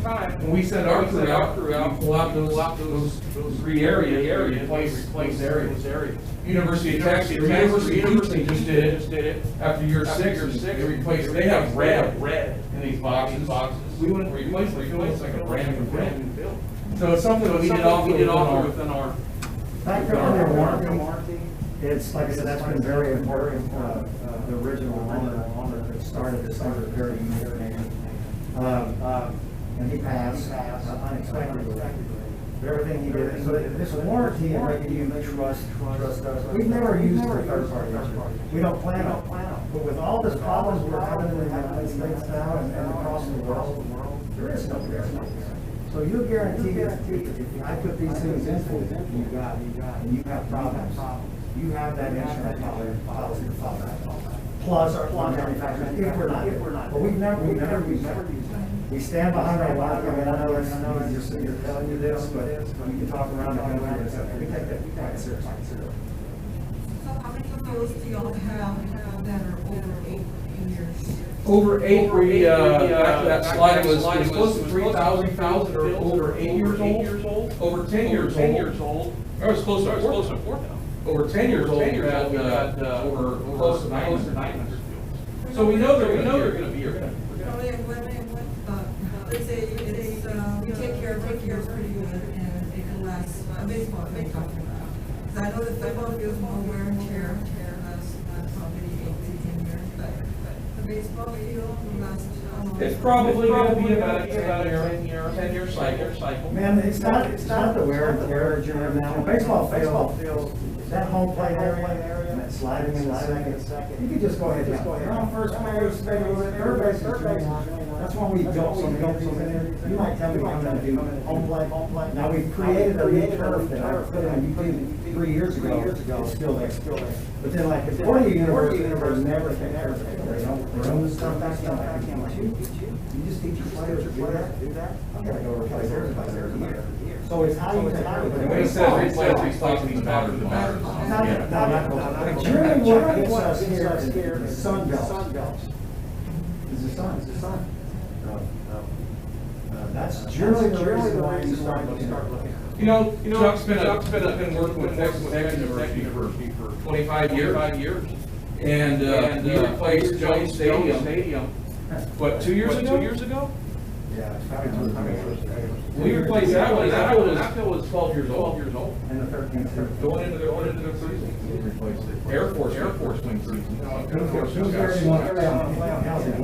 So again, we know if you do what we tell you, your maintenance guys, they take care of this field, and I'm gonna be around to check.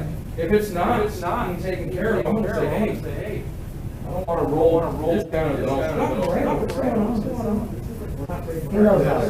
But again, it's our job to teach. The other thing that we will do, we'll send our crews out and show you how to, I mean, I'm not talking right up that for sure, but a couple years down the road, I promise you, I'll have maintenance crews come by here that will kind of retrain, show them do this. Part of what we have to do.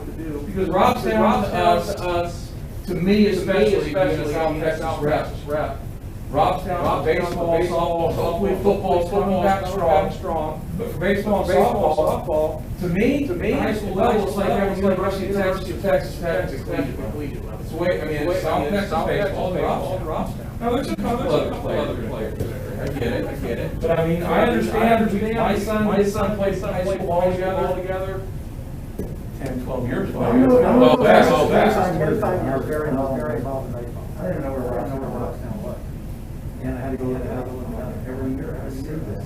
I want to have a championship right in there. And I every year, and he brought this thing. I got very excited.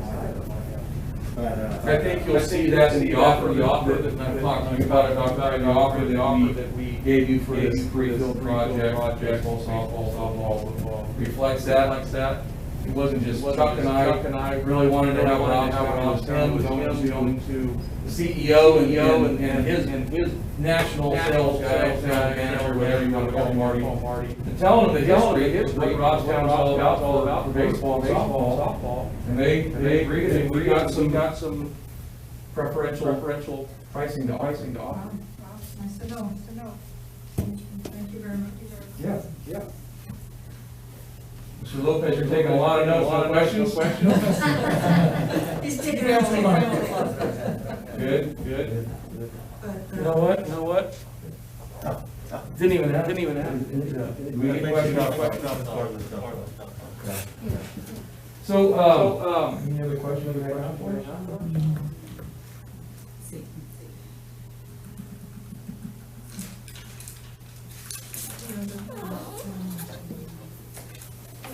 And Mr. Lawrence, questions that you'll have. I do like to tell you that I'm very impressed with the questions. Thank you. Thank you so much. I've got a lot of passion about this. My daughter's just I don't know how I'm doing the turf business. But I've been fortunate enough to be with two of the NDT leaders. Transferred over and then field turf started to this what the industry really needed. Everybody was complaining about guys just right, and Mr. Gilman in the past. He took everything that he owned, he owned and sunk it in there, he got the science together, and, the bottom line is, as soon as he put it in at University of Nebraska, everybody starts saying, do you have what's at University of Nebraska? And then, this is a great story. In 1997, there was one person doing it. In 2000, You're talking infield. yeah, the system, they came up, and they basically duplicated what he was doing. He protected his house, and that used to be our motto. And they got sued because they were infringing on what he had to offer. And so that's in 2001, 3 years later, 2001, there was 36 people doing it. And then it grew like 40, and I would tell you right now, I would guarantee that 35 of them are out there. Maybe more than that. Did you have another question? Why should we select you? Why should we select you as our next company do our turf? I think number one is going to be, for me, it's going to be the service that's gonna come after we finish our job. We're gonna build, I promise we're gonna build a gorgeous facility. Whether it be baseball, softball, or football, you're gonna love that. But a lot of it's gonna come down to what is Eric and Coach Bush and Chuck Bailey and our team going to do with your school district after the job is completed. And that is, to me, I mean, I still got 15 years before I can retire, so I'm gonna be here a while. And I did leave Field Turf, and I went to another company for about 5.5 years.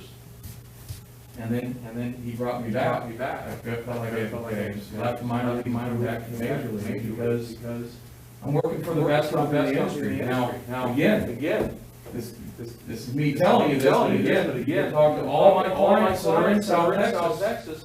And I know, if you talk to any of them, he's got a bunch of letters of recommendation from the clients that I've done business with, whether it be Mercedes, SJA, the folks at McAllen ISD, Harlingen ISD, I'm there. And Corpus Christi. You know, we just didn't finish that project. There's one way to sum that up. Okay. I've been doing this a long time, there's always this little standing joke out there. What kind of warranty you have? Well, it's kind of like warranty. You'll see me in 8 years when there's one out, 9 years, and that's what it is. I view this is a partnership. And like I said, those testimonials, you've got problems, we heard about word, but what you saw yourself, we're gonna teach you how to do certain things that's gonna make it last. And I think, like I said, you talk to most people that have our fields, there's a reason why we have 20,000 fields around the world, and there's a reason why University of Texas, Texas Tech, and New England Patriots, and Atlanta Falcons, Notre Dame, there's a reason why they buy field. It's a big thing, the thing that Eric played, all that stuff was in there. The main word that I was is partnership.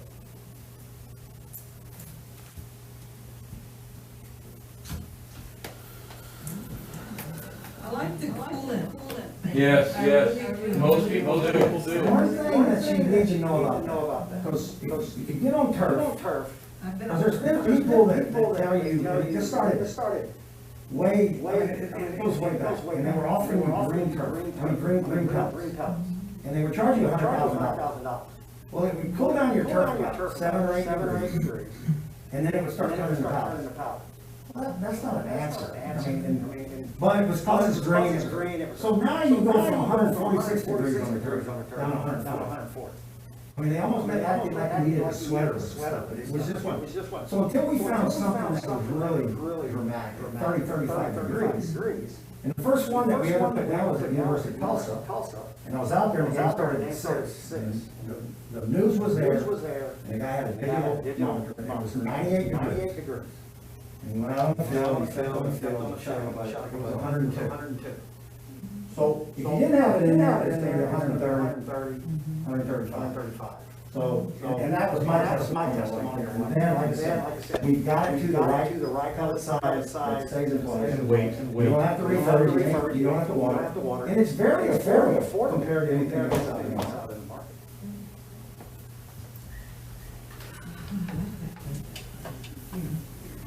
I don't know what happened to the. I got it right. Thank you very much. Thank you. That's it on the questions.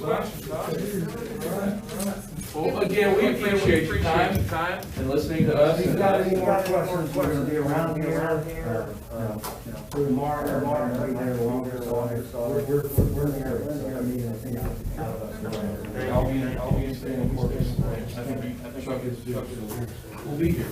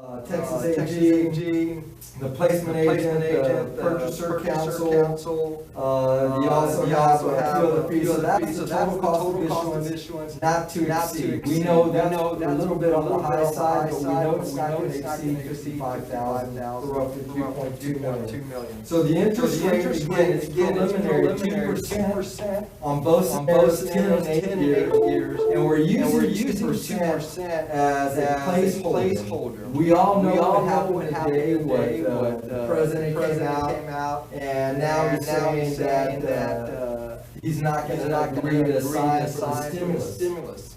And that turned the market, the stock market to drop almost 500 points.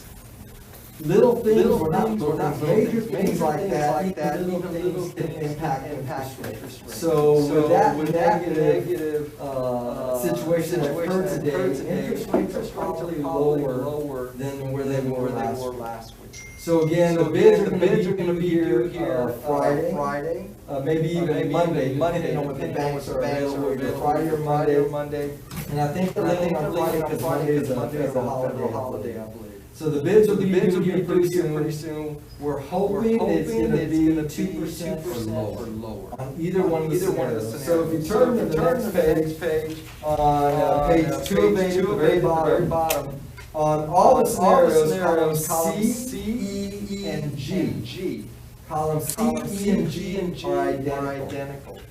The reason we throw those columns in, NENA provided us with the lease purchase agreements that the district had executed or went into back in 2013 and 2014. And those lease purchase agreements, those were the energy efficiency loans. So those two loans are now based on bond council reviewing the legal documents. His recommendation is let's include it in the test. And this is pretty much the test that we provide with bond council to the Texas Attorney General's office. So again, columns C, E, and G are the two lease purchase finances that the district did the energy efficiency. Those loans based again on my experience, we want part of the finances, but my experience is you replace the HVAC, the lighting, all the products, you replace it, you're going to save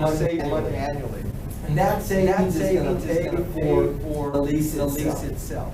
So again, you have the principal column C, interest on column E, the total is on column G. So if you go to column Q, highlighted in yellow, that right there tells the Texas AG that the school district has to pass it. In other words, the school district can issue additional debt even though you did the two leases back in 2013 and 2014.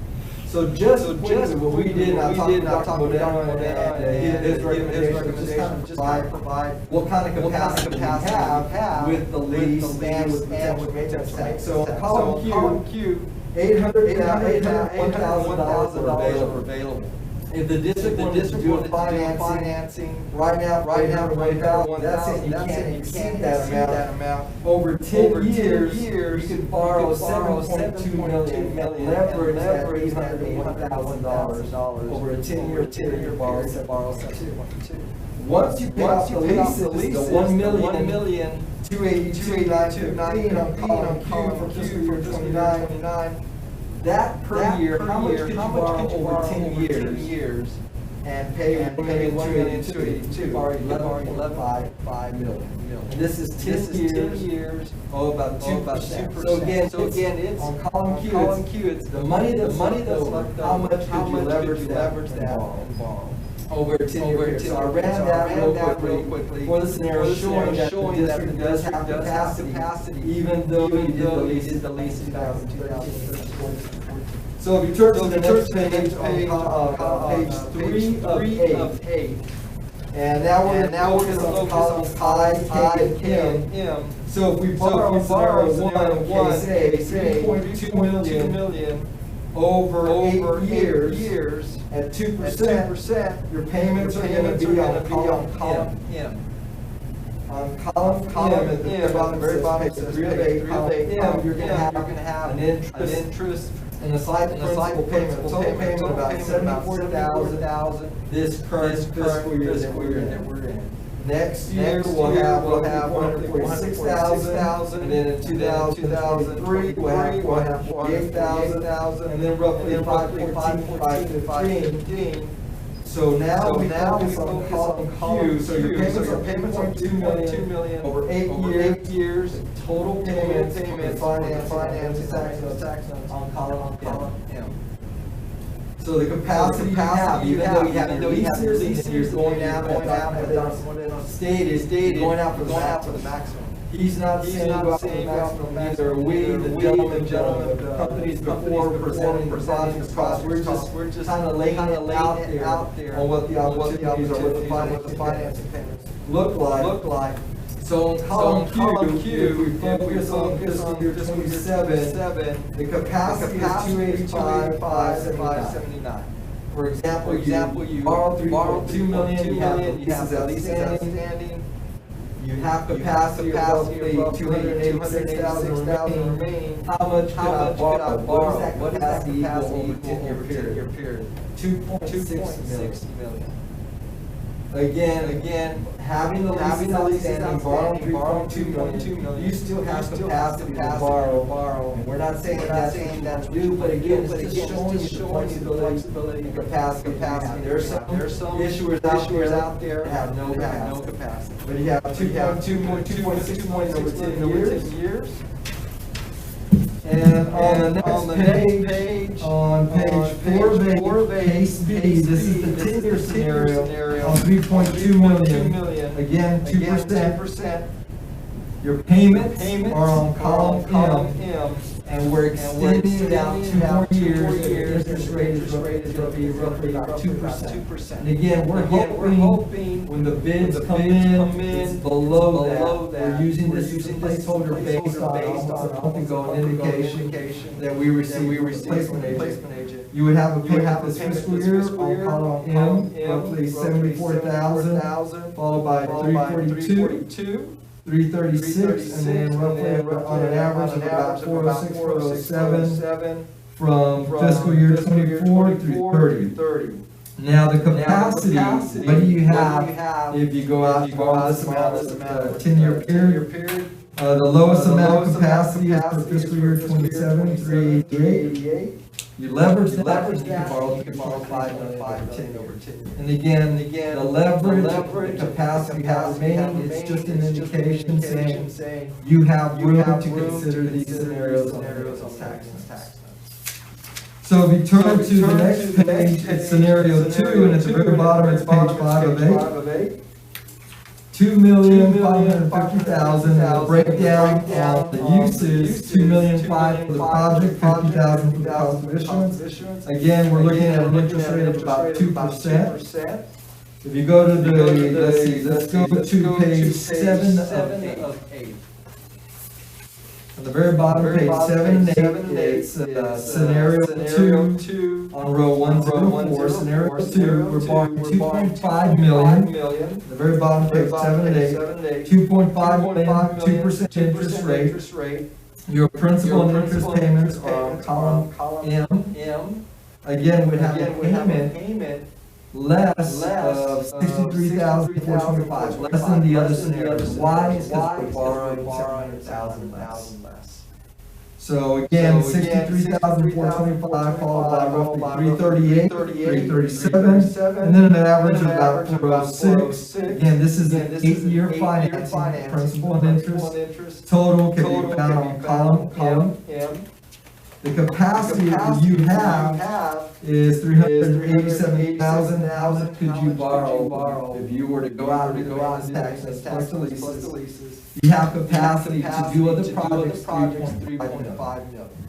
And that's again, all the capacity is over a 10-year period. The longer you go out, the more you can borrow. The longer you go out, the interest rate gets a little higher, and that means you have a little bit more interest to your debt. So on the next page 8 of 8, case B, scenario 2, it's a 10-year maturity structure. The payments on the 10-year on column M, The amount for the first payment, roughly 63,000, almost the same as the prior, because it's still in the same fiscal year, and then it comes down to, goes up to 253,254. And again, we're going out 10 years as opposed to the prior page, 8 years. And then we're averaging about 322,000 fiscal year 24 to 30. And again, this is 2.5 million over 10 years at 2%. Based on what happened this week, based on what happened today, we're hoping interest rates come in below the 2%. And again, Monday, we probably could receive some rates as early as Friday. This Friday.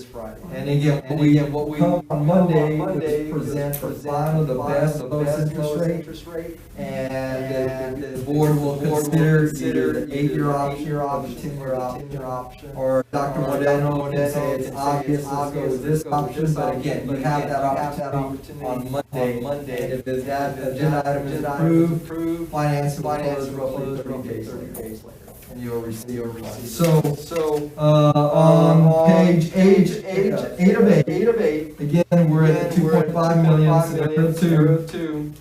Principal and interest payments are on column M. And again, the capacity we have on column Q, 473,929. After you issue the debt plus the leases, that means the 473,474,000. You could leverage that in the future and borrow 4.3 million. And again, the formula is set by the state of Texas AG's office. The formula uses, again, the compressed M&O rate on column S, 90% collection on column T, and the district's property values on column U, 657 change.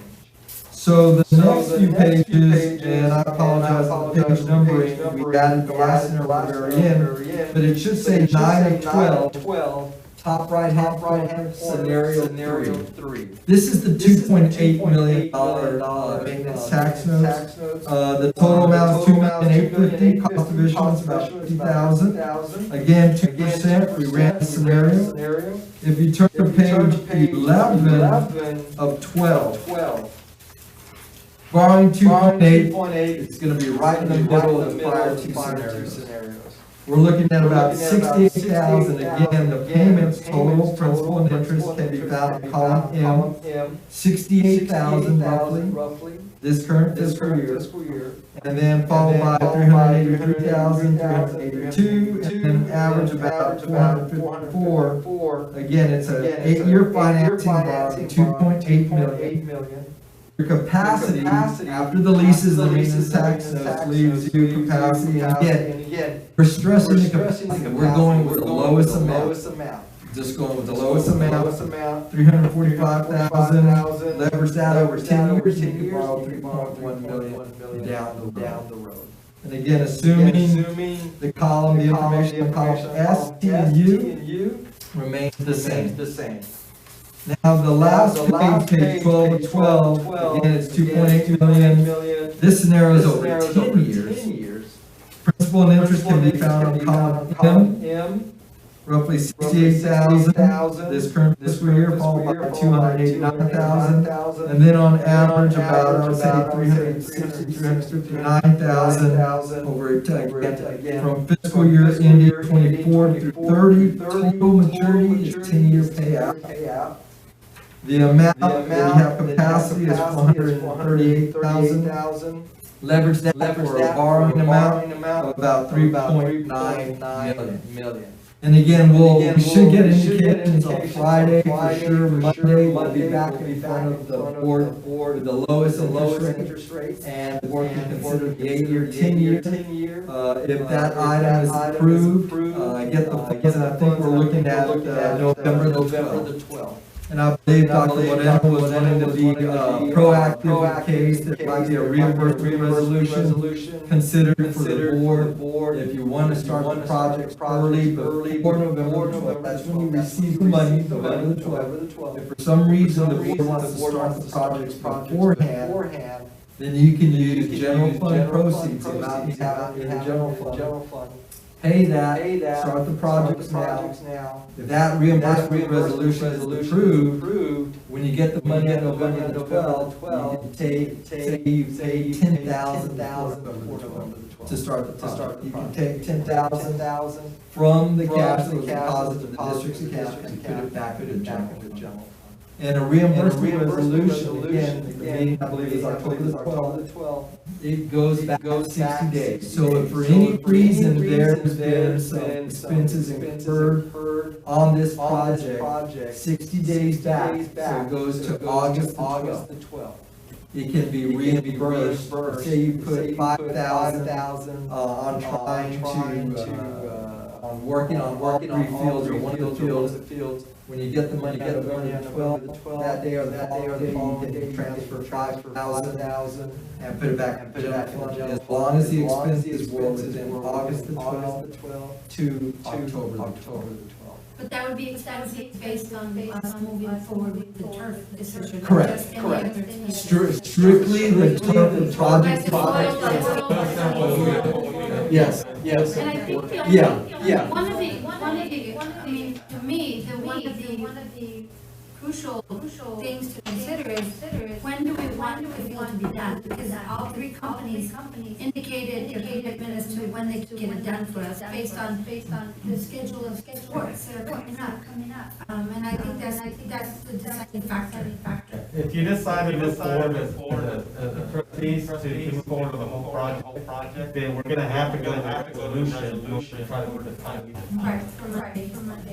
We have to do that. Would you present that to us? Yes, I'll be here or Zoom, however the board wants it to be, and we'll go over that resolution. I will say word for word verbatim exactly what I just did. Gives you the opportunity to pay now, start now, you know, when the money comes in, reimburse. And it does that 60-day look back. I think it's just going to be a matter of what our CFO and superintendent would recommend based on the 8 to 10 years and also definitely the interest. Right, absolutely. And again, a lot of things, I think everybody that used for the board meeting, and I'm kind of shocked hearing that stimulus package won't be something after the election. You know, I know the market closed, almost down 500, talking it's going to open up down tomorrow, so that's just pressure on interest rates. That they'll drop a little lower. For people that are considering borrowing money, this is, I hate to say it, the time to look at it. But we're crossing our fingers below 2%. And hoping again, your finances are looking great, fund balance. Y'all done a great job already with the season opportunities to refinance debt. Now, you know, it's just when it's strategic, we go the 18 years depending on the opinion. So hopefully we'll have everything rather than noon on Friday, Monday, possibly as early as Friday.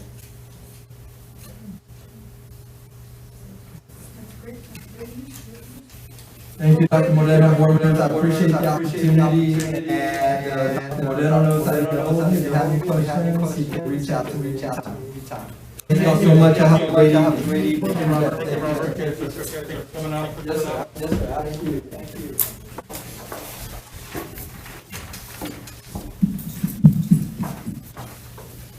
Trustees, if you'll open up your rec folder that I gave you, I know. Keep moving. This one? Yes.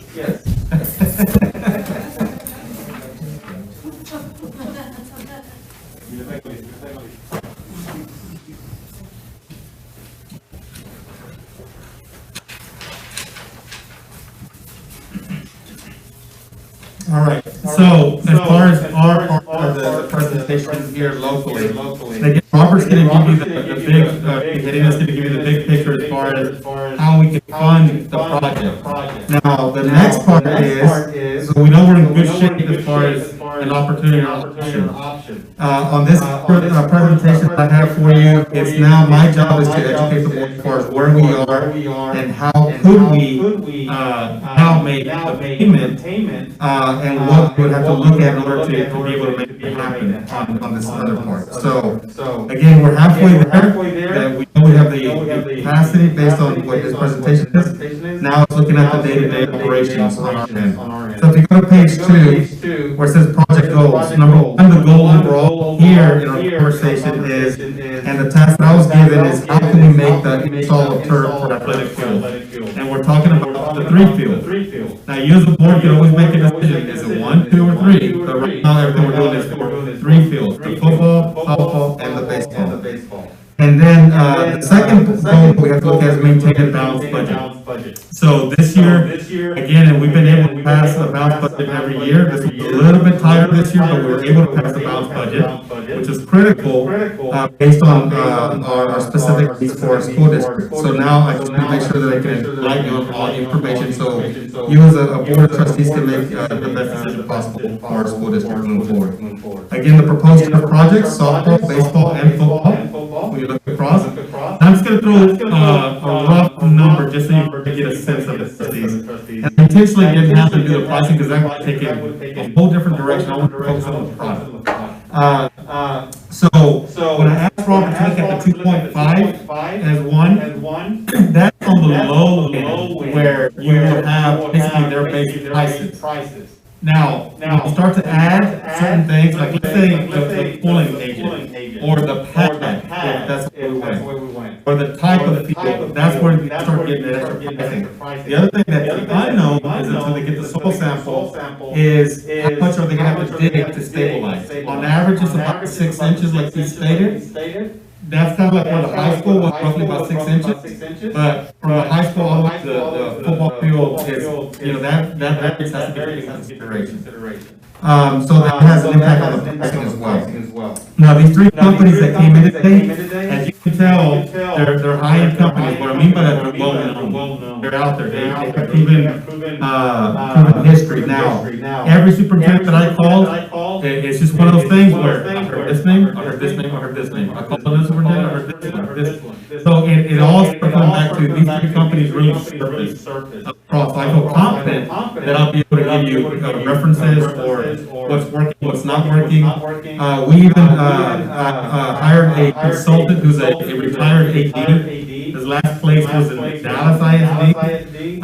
So he's got lots of experience. The reason I hired him is for the content, for references. He's the one that knows every single AD across the state of Texas where they can give him the true feedback as far as some of these companies. So they want to get some good feedback on them moving forward. So let's go to the next page on the budget analysis. 2020, 2021, and if you'll notice, I put down the word estimate, because these are approximate numbers based on the ranges of numbers that we're looking at. So, in that first one of 2021, proposal for project completion, it's roughly 2.5 to roughly 2.8. That's kind of the range of what I'm seeing right now that we should end up. For the 3 fields. Now you'll notice the average, so for this school year, we would have to pay certain payment, and on average for an 8-year is $67,975, and the 10-year roughly about $63,975. So basically, assuming that the trustees don't take the slope, because this is where it really starts to count here. We have to prepare this year to say that was not in our budget for this year that was passed. We have to come up with an additional $67,000 or $63,000. At this point, from where we are, we will be able to manage that just based on our current finances to take care of that. So for this year, we'll be able to make that payment to start us off this school year. 63 or 60? Or the 67. When I say for this year, it would be for this, before we get into this fiscal season. So we would have to take care of that for this year as far as our first payment. Okay? Now, potential savings. Now, here's how we make it happen to make these payments now. Because you notice in the packet that Mr. Picanina showed us, you're talking about another 200,000, depending on the scenario, 300,000, getting to 400,000. So based on a balanced budget moving forward in the future, how do we come up with that money at this point? Because right now, the money we've been budgeting has been, like the AC, the retrofit, that's been part of our regular budgeting cycle. Now, to get through this, we're saying, okay, now we need to be able to come up, and I'm just gonna give a number. Close to $400,000, where does that come from if we've already been able to pass a balanced budget based on that? So, here's some areas to consider. So for this full year, notice reduction in field maintenance costs. That is going to be a savings. Now, for this year alone, only for baseball and softball, because football we're already playing, we would roughly save about $43,000. Okay? Now, part of the other area right now, if you look at personnel, and attrition or required allocation based on enrollment. So what that means, as we operate today, part of what we're seeing, and it's not a good thing, but it's where we are and where everybody in the state of Texas, we have lower enrollment because of COVID. And that's where all of our schools are now school districts in the state of Texas. So because of that, we're being very, very methodical. If we have a class of 7 children, and we haven't seen it grow, obviously we can't keep a class of 7 children. We have to continue to look at the best case scenario. So we've had some teachers who have retired, and most of the ones who retired or resigned based on the current situation for COVID, we've been able to actually not fill positions, but move teachers around. That's what you always have to do at the beginning of the fiscal year anyway. So that creates another savings. That's why I say that for the 67,000 or the 62,000, we'll be able to cover it this year. Fine. And then looking forward, to look at what we always look at, department or campus level, is what we call recapture. In the spring, we always start to monitor how much of the campus is spent, how much have they not spent, and how much do we think they're going to need to spend to close the school year. So we recapture from that too. So we've got 3 sources that we look at strategically planning to try to make payments. Now, let's go to the next page. The next page, you see the 2021-2022 school year estimate. So this year would be the easier because we're talking about $67,000 at the height. Now we start looking at the reality of, okay, how do we make this additional payment that we hadn't counted on? Where would that come in as far as happening? So you'll notice in this particular scenario, and this is at the highest level, so it might have been year 6 or year 7, but it's the highest amount that I saw in there. 8 years, $454,000. That's the highest payments tax note in there, or if it's we put 10 years, it's $362,000 that we have to figure out. We come up with that money to be able to balance it up, to have a balanced budget, because that's gotta be a goal, to have a balanced budget. Same thing, you'll notice now for 3 fields, reduction in field maintenance costs, now it's about roughly $76,000. I'm gonna round that up to about $80,000 that we'd be able to save on the maintenance, and that we got reports from Deloitte that is shared with me that verify that. This does not include personnel that maintain them, because regardless, we need our personnel for other areas that we're focused now. But, because that would have added actually quite a bit more savings, but there is about $76,000 on average that we save every single school year that we put towards the payment. Personnel, again, through attrition, required allocations based on enrollment, that would be another area. So, I say attrition because attrition, and I want to be real clear because I know that this is also, I don't want it to be misconstrued, and I want to be very clear. Attrition means if somebody decides to retire or somebody decides to leave or whatever it may be, we reevaluate the need of that specific position, and we may or may not fill it. That's the natural way to look at attrition. Or required allocations. Again, we're looking at enrollment, reanalyzing. Again, at that point, do we need this position or do we need this position? So we start making decisions there. Because in something like this, if I were to teach just a scenario, if I if I had in my mind, let's say, six professional positions, an average of $50,000 to $60,000 with benefits, then right away we start thinking, okay, that's close to $200,000, $250,000 to $300,000, depending on the positions. That strategically is something we would have to look at, knowing that when we start hiring for the following school year, where is it that we have to make some adjustment to that. But again, I want to be clear, that's not talking about a RIF. I'm going to say it again. That is not talking about a RIF of any sort. We're talking about attrition or reallocation based enrollment. Okay? And attrition also starts to put in what happens like in the situation we're in right now with COVID. I mean, we don't even know the enrollment. There's no way of knowing. Even start January, we're gonna have more kids. Correct. Yeah, we're all saying all in the state of Texas, you know, nationwide, but in the state of Texas, that we got the data on, pretty much in the same boat. There can be certain districts, depending on where the districts are, you know, they're not feeling it as much. But most, although we're considered rural, we're really not rural. We're right here with Corpus Christi. We fall in the same parameters as far as those areas. So strategically trustees, those three areas, because the person of the highest percentage of that is about 80% of our budget, and then the rest is what's used for operations across the school. But that was the areas that we look at to try to, again, come up with a funding, whether that 8 year or 10 year there, to be able to make up difference, to be able to have a budget. So we have to have a plan in place to look at that. Now, go to the next page, the current funding, this is something that I want to make sure all of you are aware that part of this taking consideration, but it's an anomaly because it's really, hopefully it's just for this year. It's something we have for. Not only us, every district across the state of Texas.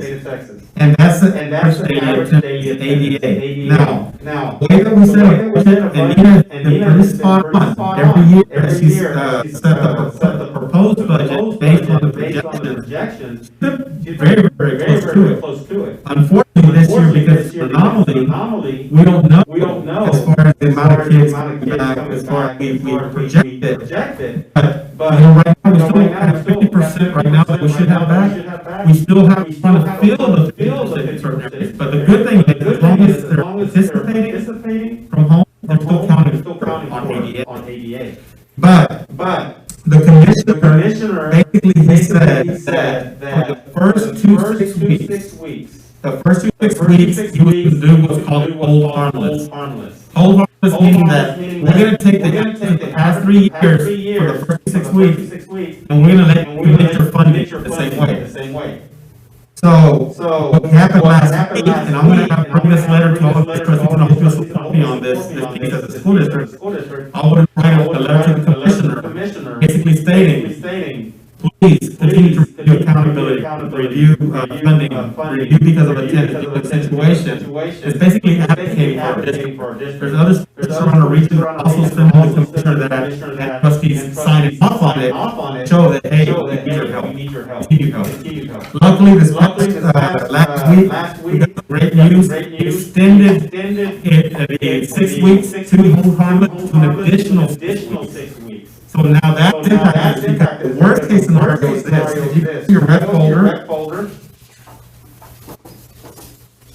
your red folder has a document that looks like this.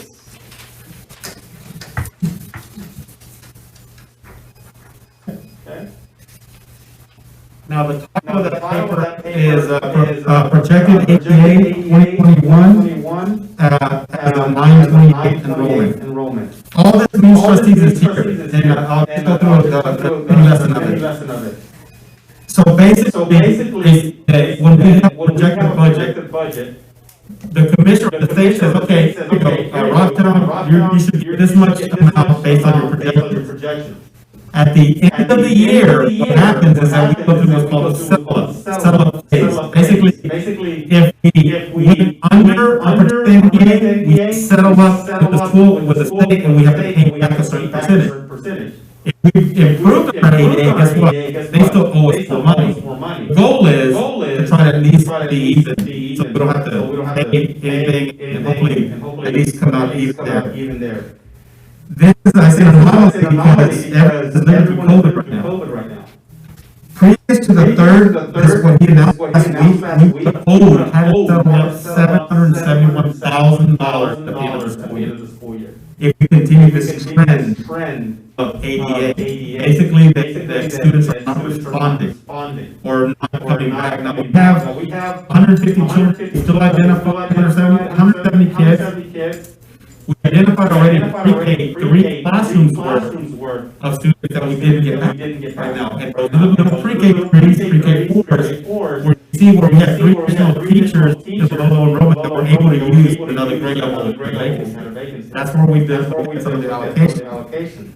Now, because of the commissioner gave last week the great news, now from the 71, we would owe settle up $577,000 at the end of the year to settle up. But that usually comes from our fund balance. That's, and I said anomaly because that's what we're all living from this year. That's why he says be conservative in what you do with that phase ADA.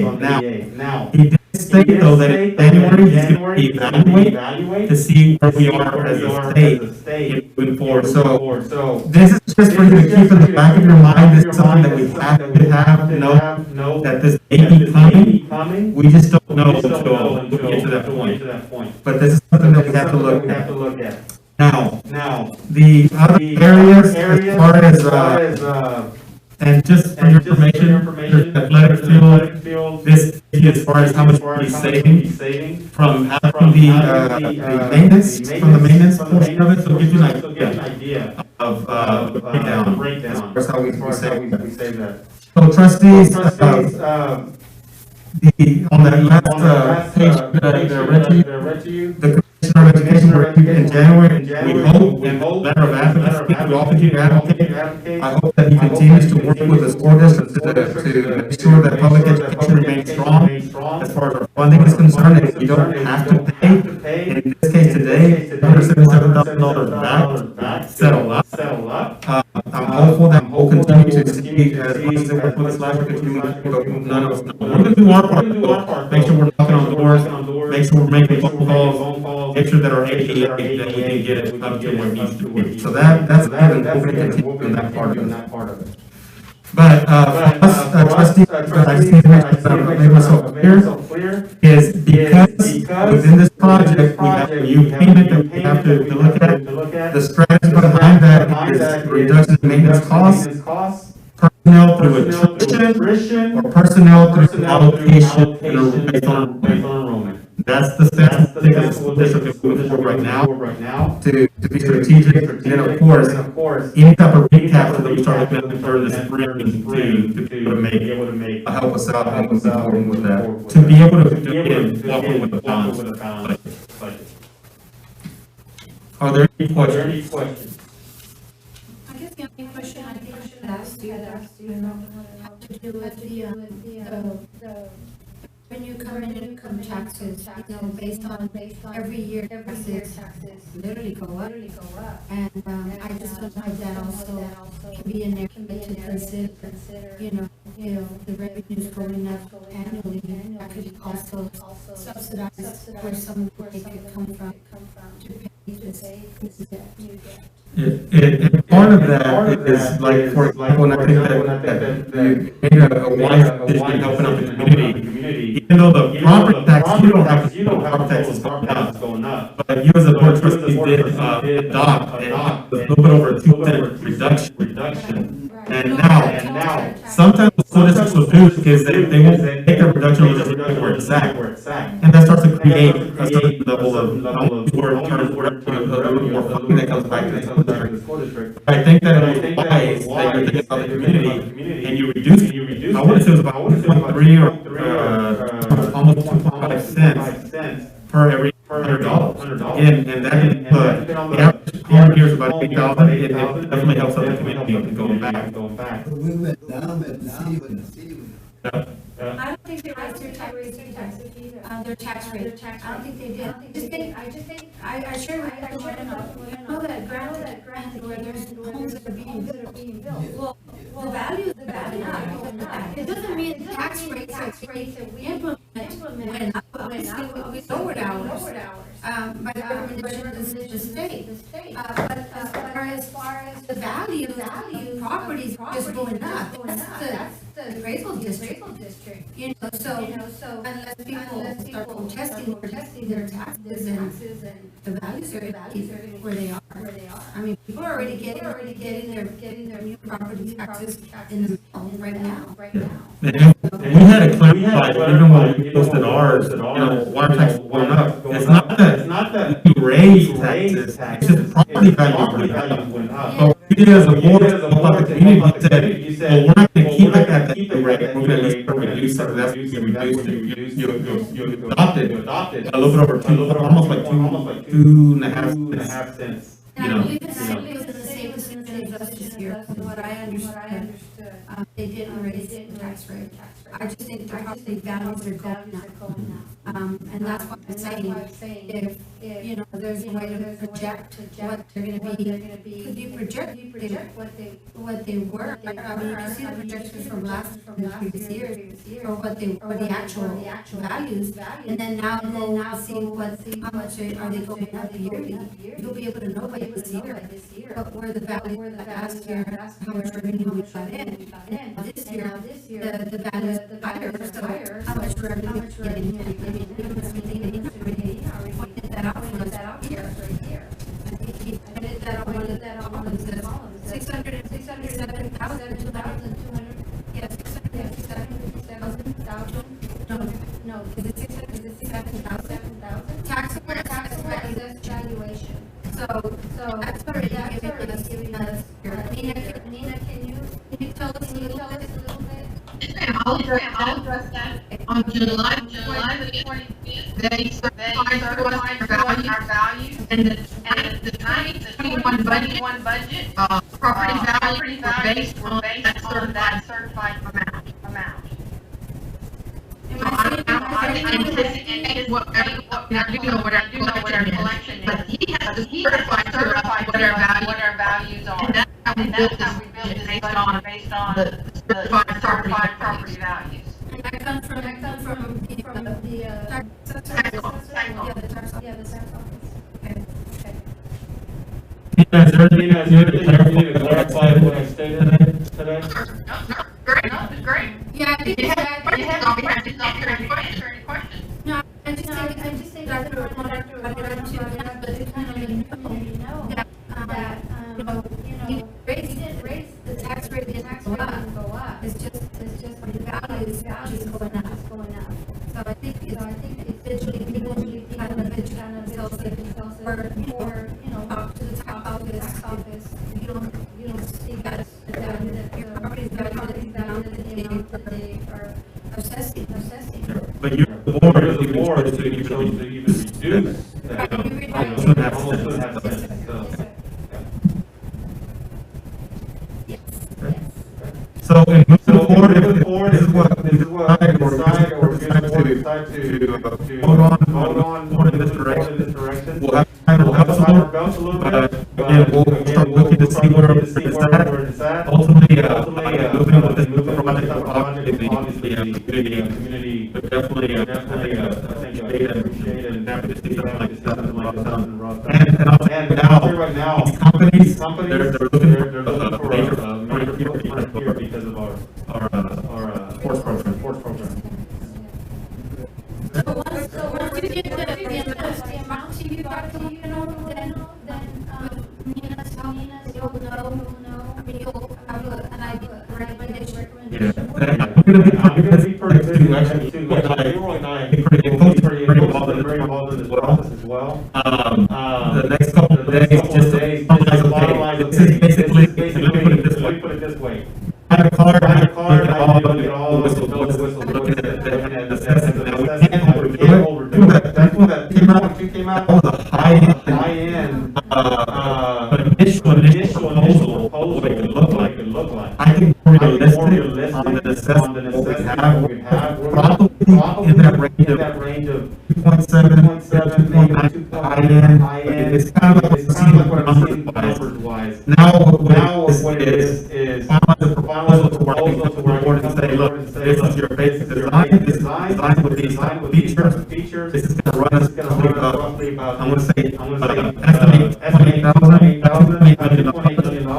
And then we can work out the kinks. After we identify what we're doing. So the goal is the next couple of days, you say from 2 companies to 2 companies, see who's gonna give us the better deal. Now remember, trustees, the reason that we're able to do this, and I'll make that I state publicly, the way we've done it with the 3 is because they're all part of a co-op.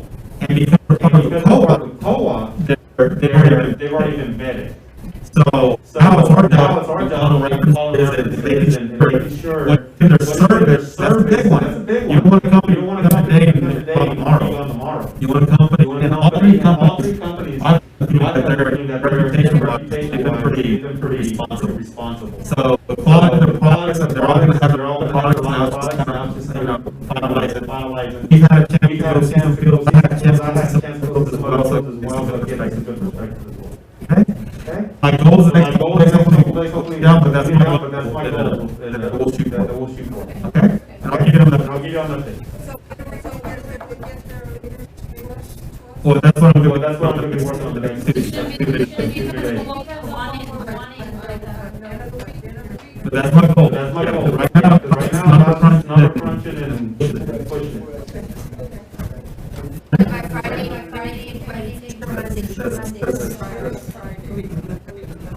We're moving fast, but get this done.